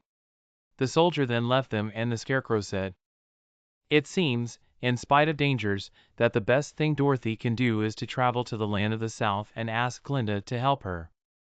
For, of course, if Dorothy stays here she will never get back to Kansas." "You must have been thinking again," remarked the Tin Woodman. "I have," said the Scarecrow. "I shall go with Dorothy," declared the Lion, "for I am tired of your city and long for the woods and the country again. I am really a wild beast, you know. Besides, Dorothy will need someone to protect her." "That is true," agreed the Woodman. "My axe may be of service to her, so I, also, will go with her to the land of the South." "When shall we start?" asked the Scarecrow. "Are you going?" they asked, in surprise. "Certainly. If it wasn't for Dorothy I should never have had brains. She lifted me from the pole in the cornfield and brought me to the Emerald City. So my good luck is all due to her, and I shall never leave her until she starts back to Kansas for good and all." "Thank you," said Dorothy, gratefully. "You are all very kind to me. But I should like to start as soon as possible." "We shall go tomorrow morning," returned the Scarecrow. "So now let us all get ready, for it will be a long journey." Chapter 19. Attacked by the Fighting Trees. The next morning Dorothy kissed the pretty green girl goodbye, and they all shook hands with the soldier with the green whiskers, who had walked with them as far as the gate. When the guardian of the gate saw them again he wondered greatly that they could leave the beautiful city to get into new trouble. But he at once unlocked their spectacles, which he put back into the green box, and gave them many good wishes to carry with them. "You are now our ruler," he said to the Scarecrow, "so you must come back to us as soon as possible." "I certainly shall if I am able," the Scarecrow replied, "but I must help Dorothy to get home, first." As Dorothy bade the good-natured guardian a last farewell she said, "I have been very kindly treated in your lovely city, and everyone has been good to me. I cannot tell you how grateful I am." "Don't try, my dear," he answered. "We should like to keep you with us, but if it is your wish to return to Kansas I hope you will find a way." He then opened the gate of the outer wall and they walked forth and started upon their journey. The sun shone brightly as our friends turned their faces toward the land of the South. They were all in the best of spirits, and laughed and chatted together. Dorothy was once more filled with the hope of getting home, and the Scarecrow and the Tin Woodman were glad to be of use to her. As for the Lion, he sniffed the fresh air with delight and whisked his tail from side to side in pure joy at being in the country again, while Toto ran around them and chased the moths and butterflies, barking merrily all the time. "City life does not agree with me at all," remarked the Lion, as they walked along at a brisk pace. "I have lost much flesh since I lived there, and now I am anxious for a chance to show the other beasts how courageous I have grown." They now turned and took a last look at the Emerald City. All they could see was a mass of towers and steeples behind the green walls, and high up above everything the spires and dome of the Palace of Oz. "Oz was not such a bad wizard, after all," said the Tin Woodman, as he felt his heart rattling around in his breast. "He knew how to give me brains, and very good brains, too," said the Scarecrow. "If Oz had taken a dose of the same courage he gave me," added the Lion, "he would have been a brave man." Dorothy said nothing. Oz had not kept the promise he made her, but he had done his best, so she forgave him. As he said, he was a good man, even if he was a bad wizard. The first day's journey was through the green fields and bright flowers that stretched about the Emerald City on every side. They slept that night on the grass, with nothing but the stars over them, and they rested very well indeed. In the morning they traveled on until they came to a thick wood. There was no way of going around it, for it seemed to extend to the right and left as far as they could see, and, besides, they did not dare change the direction of their journey for fear of getting lost. So they looked for the place where it would be easiest to get into the forest. The Scarecrow, who was in the lead, finally discovered a big tree with such wide-spreading branches that there was room for the party to pass underneath. So he walked forward to the tree, but just as he came under the first branches they bent down and twined around him, and the next minute he was raised from the ground and flung headlong among his fellow travelers. This did not hurt the Scarecrow, but it surprised him, and he looked rather dizzy when Dorothy picked him up. "Here is another space between the trees," called the Lion. "Let me try it first," said the Scarecrow, "for it doesn't hurt me to get thrown about." He walked up to another tree, as he spoke, but its branches immediately seized him and tossed him back again. "This is strange," exclaimed Dorothy. "What shall we do?" "The trees seem to have made up their minds to fight us, and stop our journey," remarked the Lion. "I believe I will try it myself," said the Woodman, and shouldering his axe he marched up to the first tree that had handled the Scarecrow so roughly. When a big branch bent down to seize him the Woodman chopped at it so fiercely that he cut it in two. At once the tree began shaking all its branches as if in pain, and the Tin Woodman passed safely under it. "Come on," he shouted to the others, "be quick." They all ran forward and passed under the tree without injury, except Toto, who was caught by a small branch and shaken until he howled. But the Woodman promptly chopped off the branch and set the little dog free. The other trees of the forest did nothing to keep them back, so they made up their minds that only the first row of trees could bend down their branches, and that probably these were the policemen of the forest, and given this wonderful power in order to keep strangers out of it. The four travelers walked with ease through the trees until they came to the further edge of the wood. Then, to their surprise, they found before them a high wall, which seemed to be made of white china. It was smooth, like the surface of a dish, and higher than their heads. "What shall we do now?" asked Dorothy. "I will make a ladder," said the Tin Woodman, "for we certainly must climb over the wall." Chapter 20. The Dainty China Country. While the Woodman was making a ladder from wood which he found in the forest, Dorothy lay down and slept, for she was tired by the long walk. The Lion also curled himself up to sleep and Toto lay beside him. The Scarecrow watched the Woodman while he worked, and said to him, "I cannot think why this wall is here, nor what it is made of." "Rest your brains and do not worry about the wall," replied the Woodman. "When we have climbed over it we shall know what is on the other side." After a time the ladder was finished. It looked clumsy, but the Tin Woodman was sure it was strong and would answer their purpose. The Scarecrow waked Dorothy and the Lion and Toto, and told them that the ladder was ready. The Scarecrow climbed up the ladder first, but he was so awkward that Dorothy had to follow close behind and keep him from falling off. When he got his head over the top of the wall the Scarecrow said, "Oh, my!" "Go on," exclaimed Dorothy. So the Scarecrow climbed further up and sat down on the top of the wall, and Dorothy put her head over and cried, "Oh, my!" just as the Scarecrow had done. Then Toto came up, and immediately began to bark, but Dorothy made him be still. The Lion climbed the ladder next, and the Tin Woodman came last, but both of them cried, "Oh, my!" as soon as they looked over the wall. When they were all sitting in a row on the top of the wall they looked down and saw a strange sight. Before them was a great stretch of country having a floor as smooth and shining and white as the bottom of a big platter. Scattered around were many houses made entirely of china and painted in the brightest colors. These houses were quite small, the biggest of them reaching only as high as Dorothy's waist. There were also pretty little barns, with china fences around them, and many cows and sheep and horses and pigs and chickens, all made of china, were standing about in groups. But the strangest of all were the people who lived in this queer country.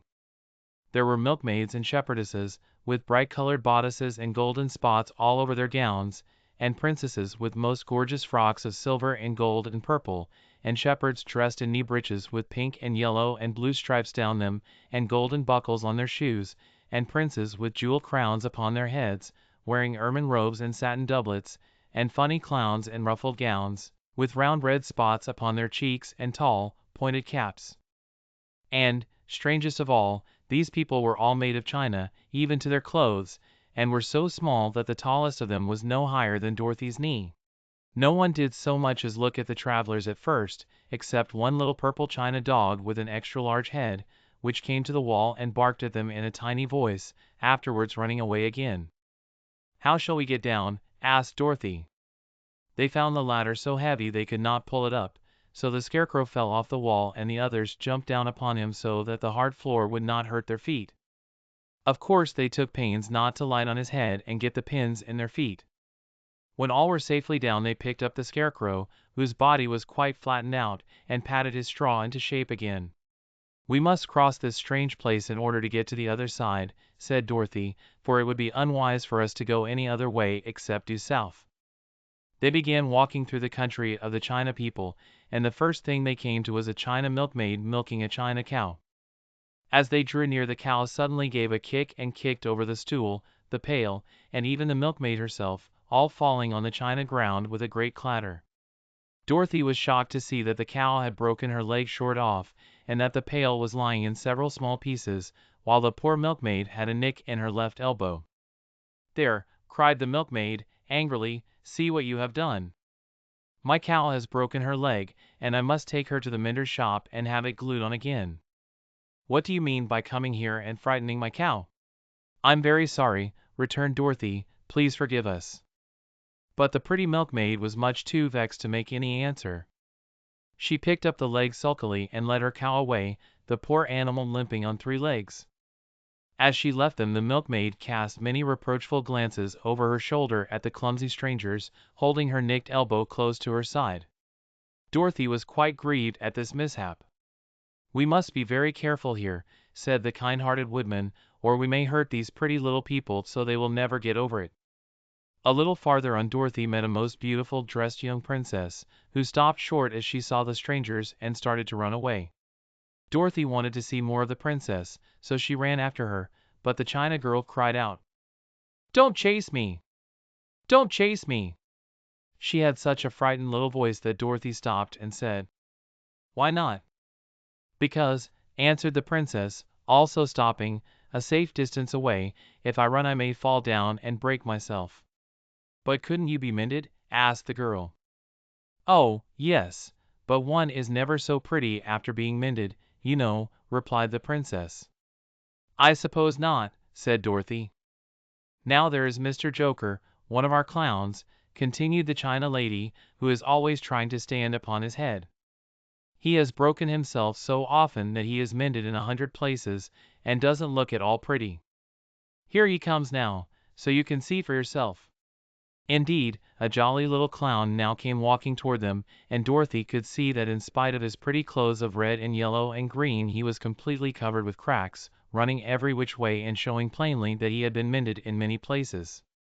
The clown put his hands in his pockets, and after puffing out his cheeks and nodding his head at them saucily, he said, "My lady fair, why do you stare at poor old Mr. Joker? You're quite as stiff and prim as if you'd eaten up a poker." "Be quiet, sir," said the princess, "can't you see these are strangers, and should be treated with respect?" "Well, that's respect, I expect," declared the clown, and immediately stood upon his head. "Don't mind Mr. Joker," said the princess to Dorothy, "he is considerably cracked in his head, and that makes him foolish." "Oh, I don't mind him a bit," said Dorothy. "But you are so beautiful," she continued, "that I am sure I could love you dearly. Won't you let me carry you back to Kansas and stand you on Aunt Em's mantelshelf? I could carry you in my basket." "That would make me very unhappy," answered the China princess. "You see, here in our own country we live contentedly, and can talk and move around as we please. But whenever any of us are taken away our joints at once stiffen, and we can only stand straight and look pretty. Of course that is all that is expected of us when we are on mantelshelves and cabinets and drawing-room tables, but our lives are much pleasanter here in our own country." "I would not make you unhappy for all the world," exclaimed Dorothy, "so I'll just say good-bye." "Good-bye," replied the princess. They walked carefully through the China country. The little animals and all the people scampered out of their way, fearing the strangers would break them, and after an hour or so the travelers reached the other side of the country and came to another China wall. It was not as high as the first, however, and by standing upon the lion's back they all managed to scramble to the top. Then the lion gathered his legs under him and jumped on the wall, but just as he jumped he upset a China church with his tail and smashed it all to pieces. "That was too bad," said Dorothy, "but really I think we were lucky in not doing these little people more harm than breaking a cow's leg in a church. They are all so brittle." "They are, indeed," said the Scarecrow, "and I am thankful I am made of straw and cannot be easily damaged. There are worse things in the world than being a scarecrow." Chapter 21. The Lion becomes the King of Beasts. After climbing down from the China wall the travelers found themselves in a disagreeable country, full of bogs and marshes and covered with tall, rank grass. It was difficult to walk far without falling into muddy holes, for the grass was so thick that it hid them from sight. However, by carefully picking their way, they got safely along until they reached solid ground. But here the country seemed wilder than ever, and after a long and tiresome walk through the underbrush they entered another forest, where the trees were bigger and older than any they had ever seen. "This forest is perfectly delightful," declared the lion, looking around him with joy. "Never have I seen a more beautiful place." "It seems gloomy," said the Scarecrow. "Not a bit of it," answered the lion. "I should like to live here all my life. See how soft the dried leaves are under your feet and how rich and green the moss is that clings to these old trees. Surely no wild beast could wish a pleasanter home." "Perhaps there are wild beasts in the forest now," said Dorothy. "I suppose there are," returned the lion, "but I do not see any of them about." They walked through the forest until it became too dark to go any farther. Dorothy and Toto and the lion lay down to sleep, while the woodman and the Scarecrow kept watch over them as usual. When morning came they started again. Before they had gone far they heard a low rumble, as of the growling of many wild animals. Toto whimpered a little, but none of the others was frightened, and they kept along the well-trodden path until they came to an opening in the wood, in which were gathered hundreds of beasts of every variety. There were tigers and elephants and bears and wolves and foxes and all the others in the natural history, and for a moment Dorothy was afraid. But the lion explained that the animals were holding a meeting, and he judged by their snarling and growling that they were in great trouble. As he spoke several of the beasts caught sight of him, and at once the great assemblage hushed as if by magic. The biggest of the tigers came up to the lion and bowed, saying, "Welcome, O King of Beasts! You have come in good time to fight our enemy and bring peace to all the animals of the forest once more." "What is your trouble?" asked the lion, quietly. "We are all threatened," answered the tiger, "by a fierce enemy which has lately come into this forest. It is a most tremendous monster, like a great spider, with a body as big as an elephant and legs as long as a tree trunk. It has 8 of these long legs, and as the monster crawls through the forest he seizes an animal with a leg and drags it to his mouth, where he eats it as a spider does a fly. Not one of us is safe while this fierce creature is alive, and we had called a meeting to decide how to take care of ourselves when you came among us." The lion thought for a moment. "Are there any other lions in this forest?" he asked. "No, there were some, but the monster has eaten them all. And, besides, they were none of them nearly so large and brave as you. If I put an end to your enemy will you bow down to me and obey me as king of the forest?" inquired the lion. "We will do that gladly," returned the tiger, and all the other beasts roared with a mighty roar, "We will." "Where is this great spider of yours now?" asked the lion. "Yonder, among the oak trees," said the tiger, pointing with his forefoot. "Take good care of these friends of mine," said the lion, "and I will go at once to fight the monster." He bade his comrades good-bye and marched proudly away to do battle with the enemy. The great spider was lying asleep when the lion found him, and it looked so ugly that its foe turned up his nose in disgust. Its legs were quite as long as the tiger had said, and its body covered with coarse black hair. It had a great mouth, with a row of sharp teeth a foot long, but its head was joined to the pudgy body by a neck as slender as a wasp's waist. This gave the lion a hint of the best way to attack the creature, and as he knew it was easier to fight it asleep than awake, he gave a great spring and landed directly upon the monster's back.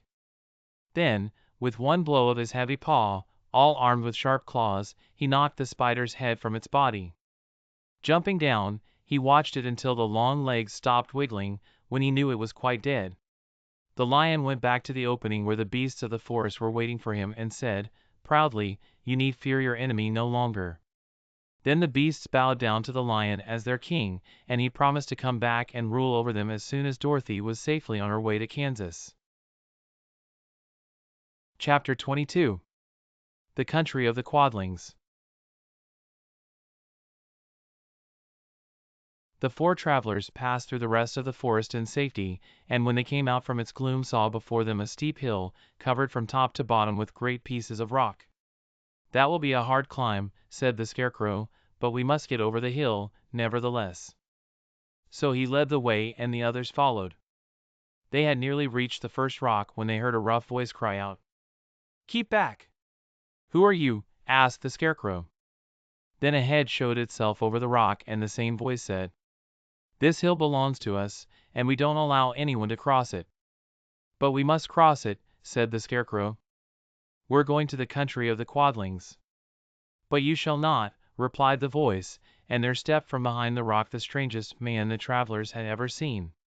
He was quite short and stout and had a big head, which was flat at the top and supported by a thick neck full of wrinkles.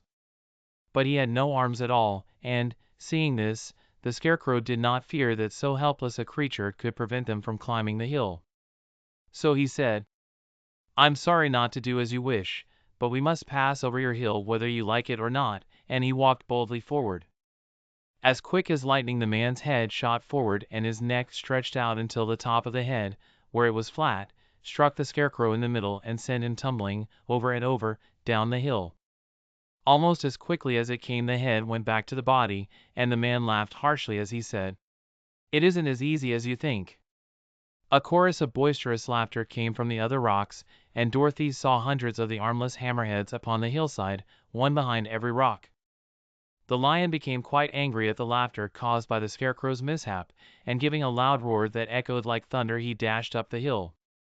Again a head shot swiftly out, and the great lion went rolling down the hill as if he had been struck by a cannon ball.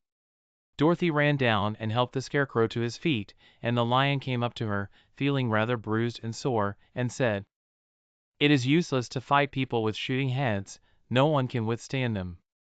"What can we do, then?" she asked. "Call the winged monkeys," suggested the Tin Woodman. "You have still the right to command them once more." "Very well," she answered, and putting on the golden cap she uttered the magic words. The monkeys were as prompt as ever, and in a few moments the entire band stood before her. "What are your commands?" inquired the king of the monkeys, bowing low. "Carry us over the hill to the country of the Quadlings," answered the girl. "It shall be done," said the king, and at once the winged monkeys caught the four travelers and Toto up in their arms and flew away with them. As they passed over the hill the hammerheads yelled with vexation, and shot their heads high in the air, but they could not reach the winged monkeys, which carried Dorothy and her comrades safely over the hill and set them down in the beautiful country of the Quadlings. "This is the last time you can summon us," said the leader to Dorothy, "so goodbye and good luck to you." "Goodbye, and thank you very much," returned the girl, and the monkeys rose into the air and were out of sight in a twinkling. The country of the Quadlings seemed rich and happy. There was field upon field of ripening grain, with well-paved roads running between, and pretty rippling brooks with strong bridges across them. The fences and houses and bridges were all painted bright red, just as they had been painted yellow in the country of the Winkies and blue in the country of the Munchkins. The Quadlings themselves, who were short and fat and looked chubby and good-natured, were dressed all in red, which showed bright against the green grass and the yellowing grain. The monkeys had set them down near a farmhouse, and the four travelers walked up to it and knocked at the door. It was opened by the farmer's wife, and when Dorothy asked for something to eat the woman gave them all a good dinner, with 3 kinds of cake and 4 kinds of cookies, and a bowl of milk for Toto. "How far is it to the castle of Glinda?" asked the child. "It is not a great way," answered the farmer's wife. Take the road to the south and you will soon reach it." Thanking the good woman, they started afresh and walked by the fields and across the pretty bridges until they saw before them a very beautiful castle. Before the gates were 3 young girls, dressed in handsome red uniforms trimmed with gold braid, and as Dorothy approached one of them said to her, "Why have you come to the South Country?"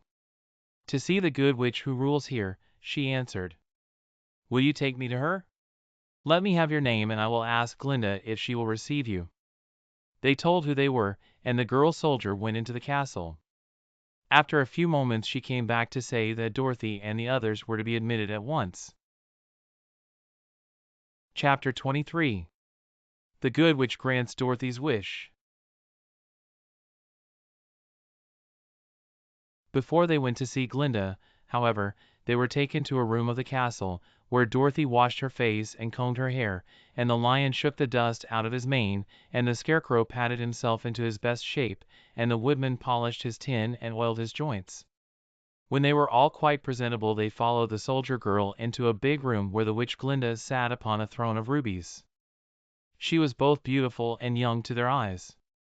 Her hair was a rich red in color and fell in flowing ringlets over her shoulders. Her dress was pure white, but her eyes were blue, and they looked kindly upon the little girl. "What can I do for you, my child?" she asked. Dorothy told the witch all her story, how the cyclone had brought her to the land of Oz, how she had found her companions, and of the wonderful adventures they had met with. "My greatest wish now," she added, "is to get back to Kansas, for Aunt Em will surely think something dreadful has happened to me, and that will make her put on mourning, and unless the crops are better this year than they were last I am sure Uncle Henry cannot afford it." Glinda leaned forward and kissed the sweet, upturned face of the loving little girl. "Bless your dear heart," she said, "I am sure I can tell you of a way to get back to Kansas." Then she added, "But, if I do, you must give me the golden cap." "Willingly," exclaimed Dorothy. "Indeed, it is of no use to me now, and when you have it you can command the winged monkeys 3 times." "And I think I shall need their service just those 3 times," answered Glinda, smiling. Dorothy then gave her the golden cap, and the witch said to the Scarecrow, "What will you do when Dorothy has left us?" "I will return to the Emerald City," he replied, "for Oz has made me its ruler and the people like me. The only thing that worries me is how to cross the Hill of the Hammerheads." "By means of the golden cap I shall command the winged monkeys to carry you to the gates of the Emerald City," said Glinda, "for it would be a shame to deprive the people of so wonderful a ruler." "Am I really wonderful?" asked the Scarecrow. "You are unusual," replied Glinda. Turning to the Tin Woodman, she asked, "What will become of you when Dorothy leaves this country?" He leaned on his axe and thought a moment. Then he said, "The Winkies were very kind to me, and wanted me to rule over them after the Wicked Witch died. I am fond of the Winkies, and if I could get back again to the country of the West I should like nothing better than to rule over them forever." "My second command to the winged monkeys," said Glinda, "will be that they carry you safely to the land of the Winkies. Your brains may not be so large to look at as those of the Scarecrow, but you are really brighter than he is when you are well polished, and I am sure you will rule the Winkies wisely and well." Then the witch looked at the big, shaggy lion and asked, "When Dorothy has returned to her own home, what will become of you?" "Over the Hill of the Hammerheads," he answered, "lies a grand old forest, and all the beasts that live there have made me their king. If I could only get back to this forest I would pass my life very happily there." "My third command to the winged monkeys," said Glinda, "shall be to carry you to your forest. Then, having used up the powers of the golden cap, I shall give it to the king of the monkeys, that he and his band may thereafter be free forevermore." The Scarecrow and the Tin Woodman and the lion now thanked the good witch earnestly for her kindness, and Dorothy exclaimed, "You are certainly as good as you are beautiful. But you have not yet told me how to get back to Kansas." "Your silver shoes will carry you over the desert," replied Glinda. "If you had known their power you could have gone back to your Aunt Em the very first day you came to this country." "But then I should not have had my wonderful brains," cried the Scarecrow. "I might have passed my whole life in the farmer's cornfield." "And I should not have had my lovely heart," said the Tin Woodman. "I might have stood and rusted in the forest till the end of the world. And I should have lived a coward forever, declared the lion, and no beast in all the forest would have had a good word to say to me. This is all true, said Dorothy, and I am glad I was of use to these good friends. But now that each of them has had what he most desired, and each is happy in having a kingdom to rule beside, I think I should like to go back to Kansas. The silver shoes, said the good witch, have wonderful powers. And one of the most curious things about them is that they can carry you to any place in the world in 3 steps, and each step will be made in the wink of an eye. All you have to do is to knock the heels together 3 times and command the shoes to carry you wherever you wish to go. If that is so, said the child, joyfully, I will ask them to carry me back to Kansas at once. She threw her arms around the lion's neck and kissed him, patting his big head tenderly. Then she kissed the Tin Woodman, who was weeping in a way most dangerous to his joints.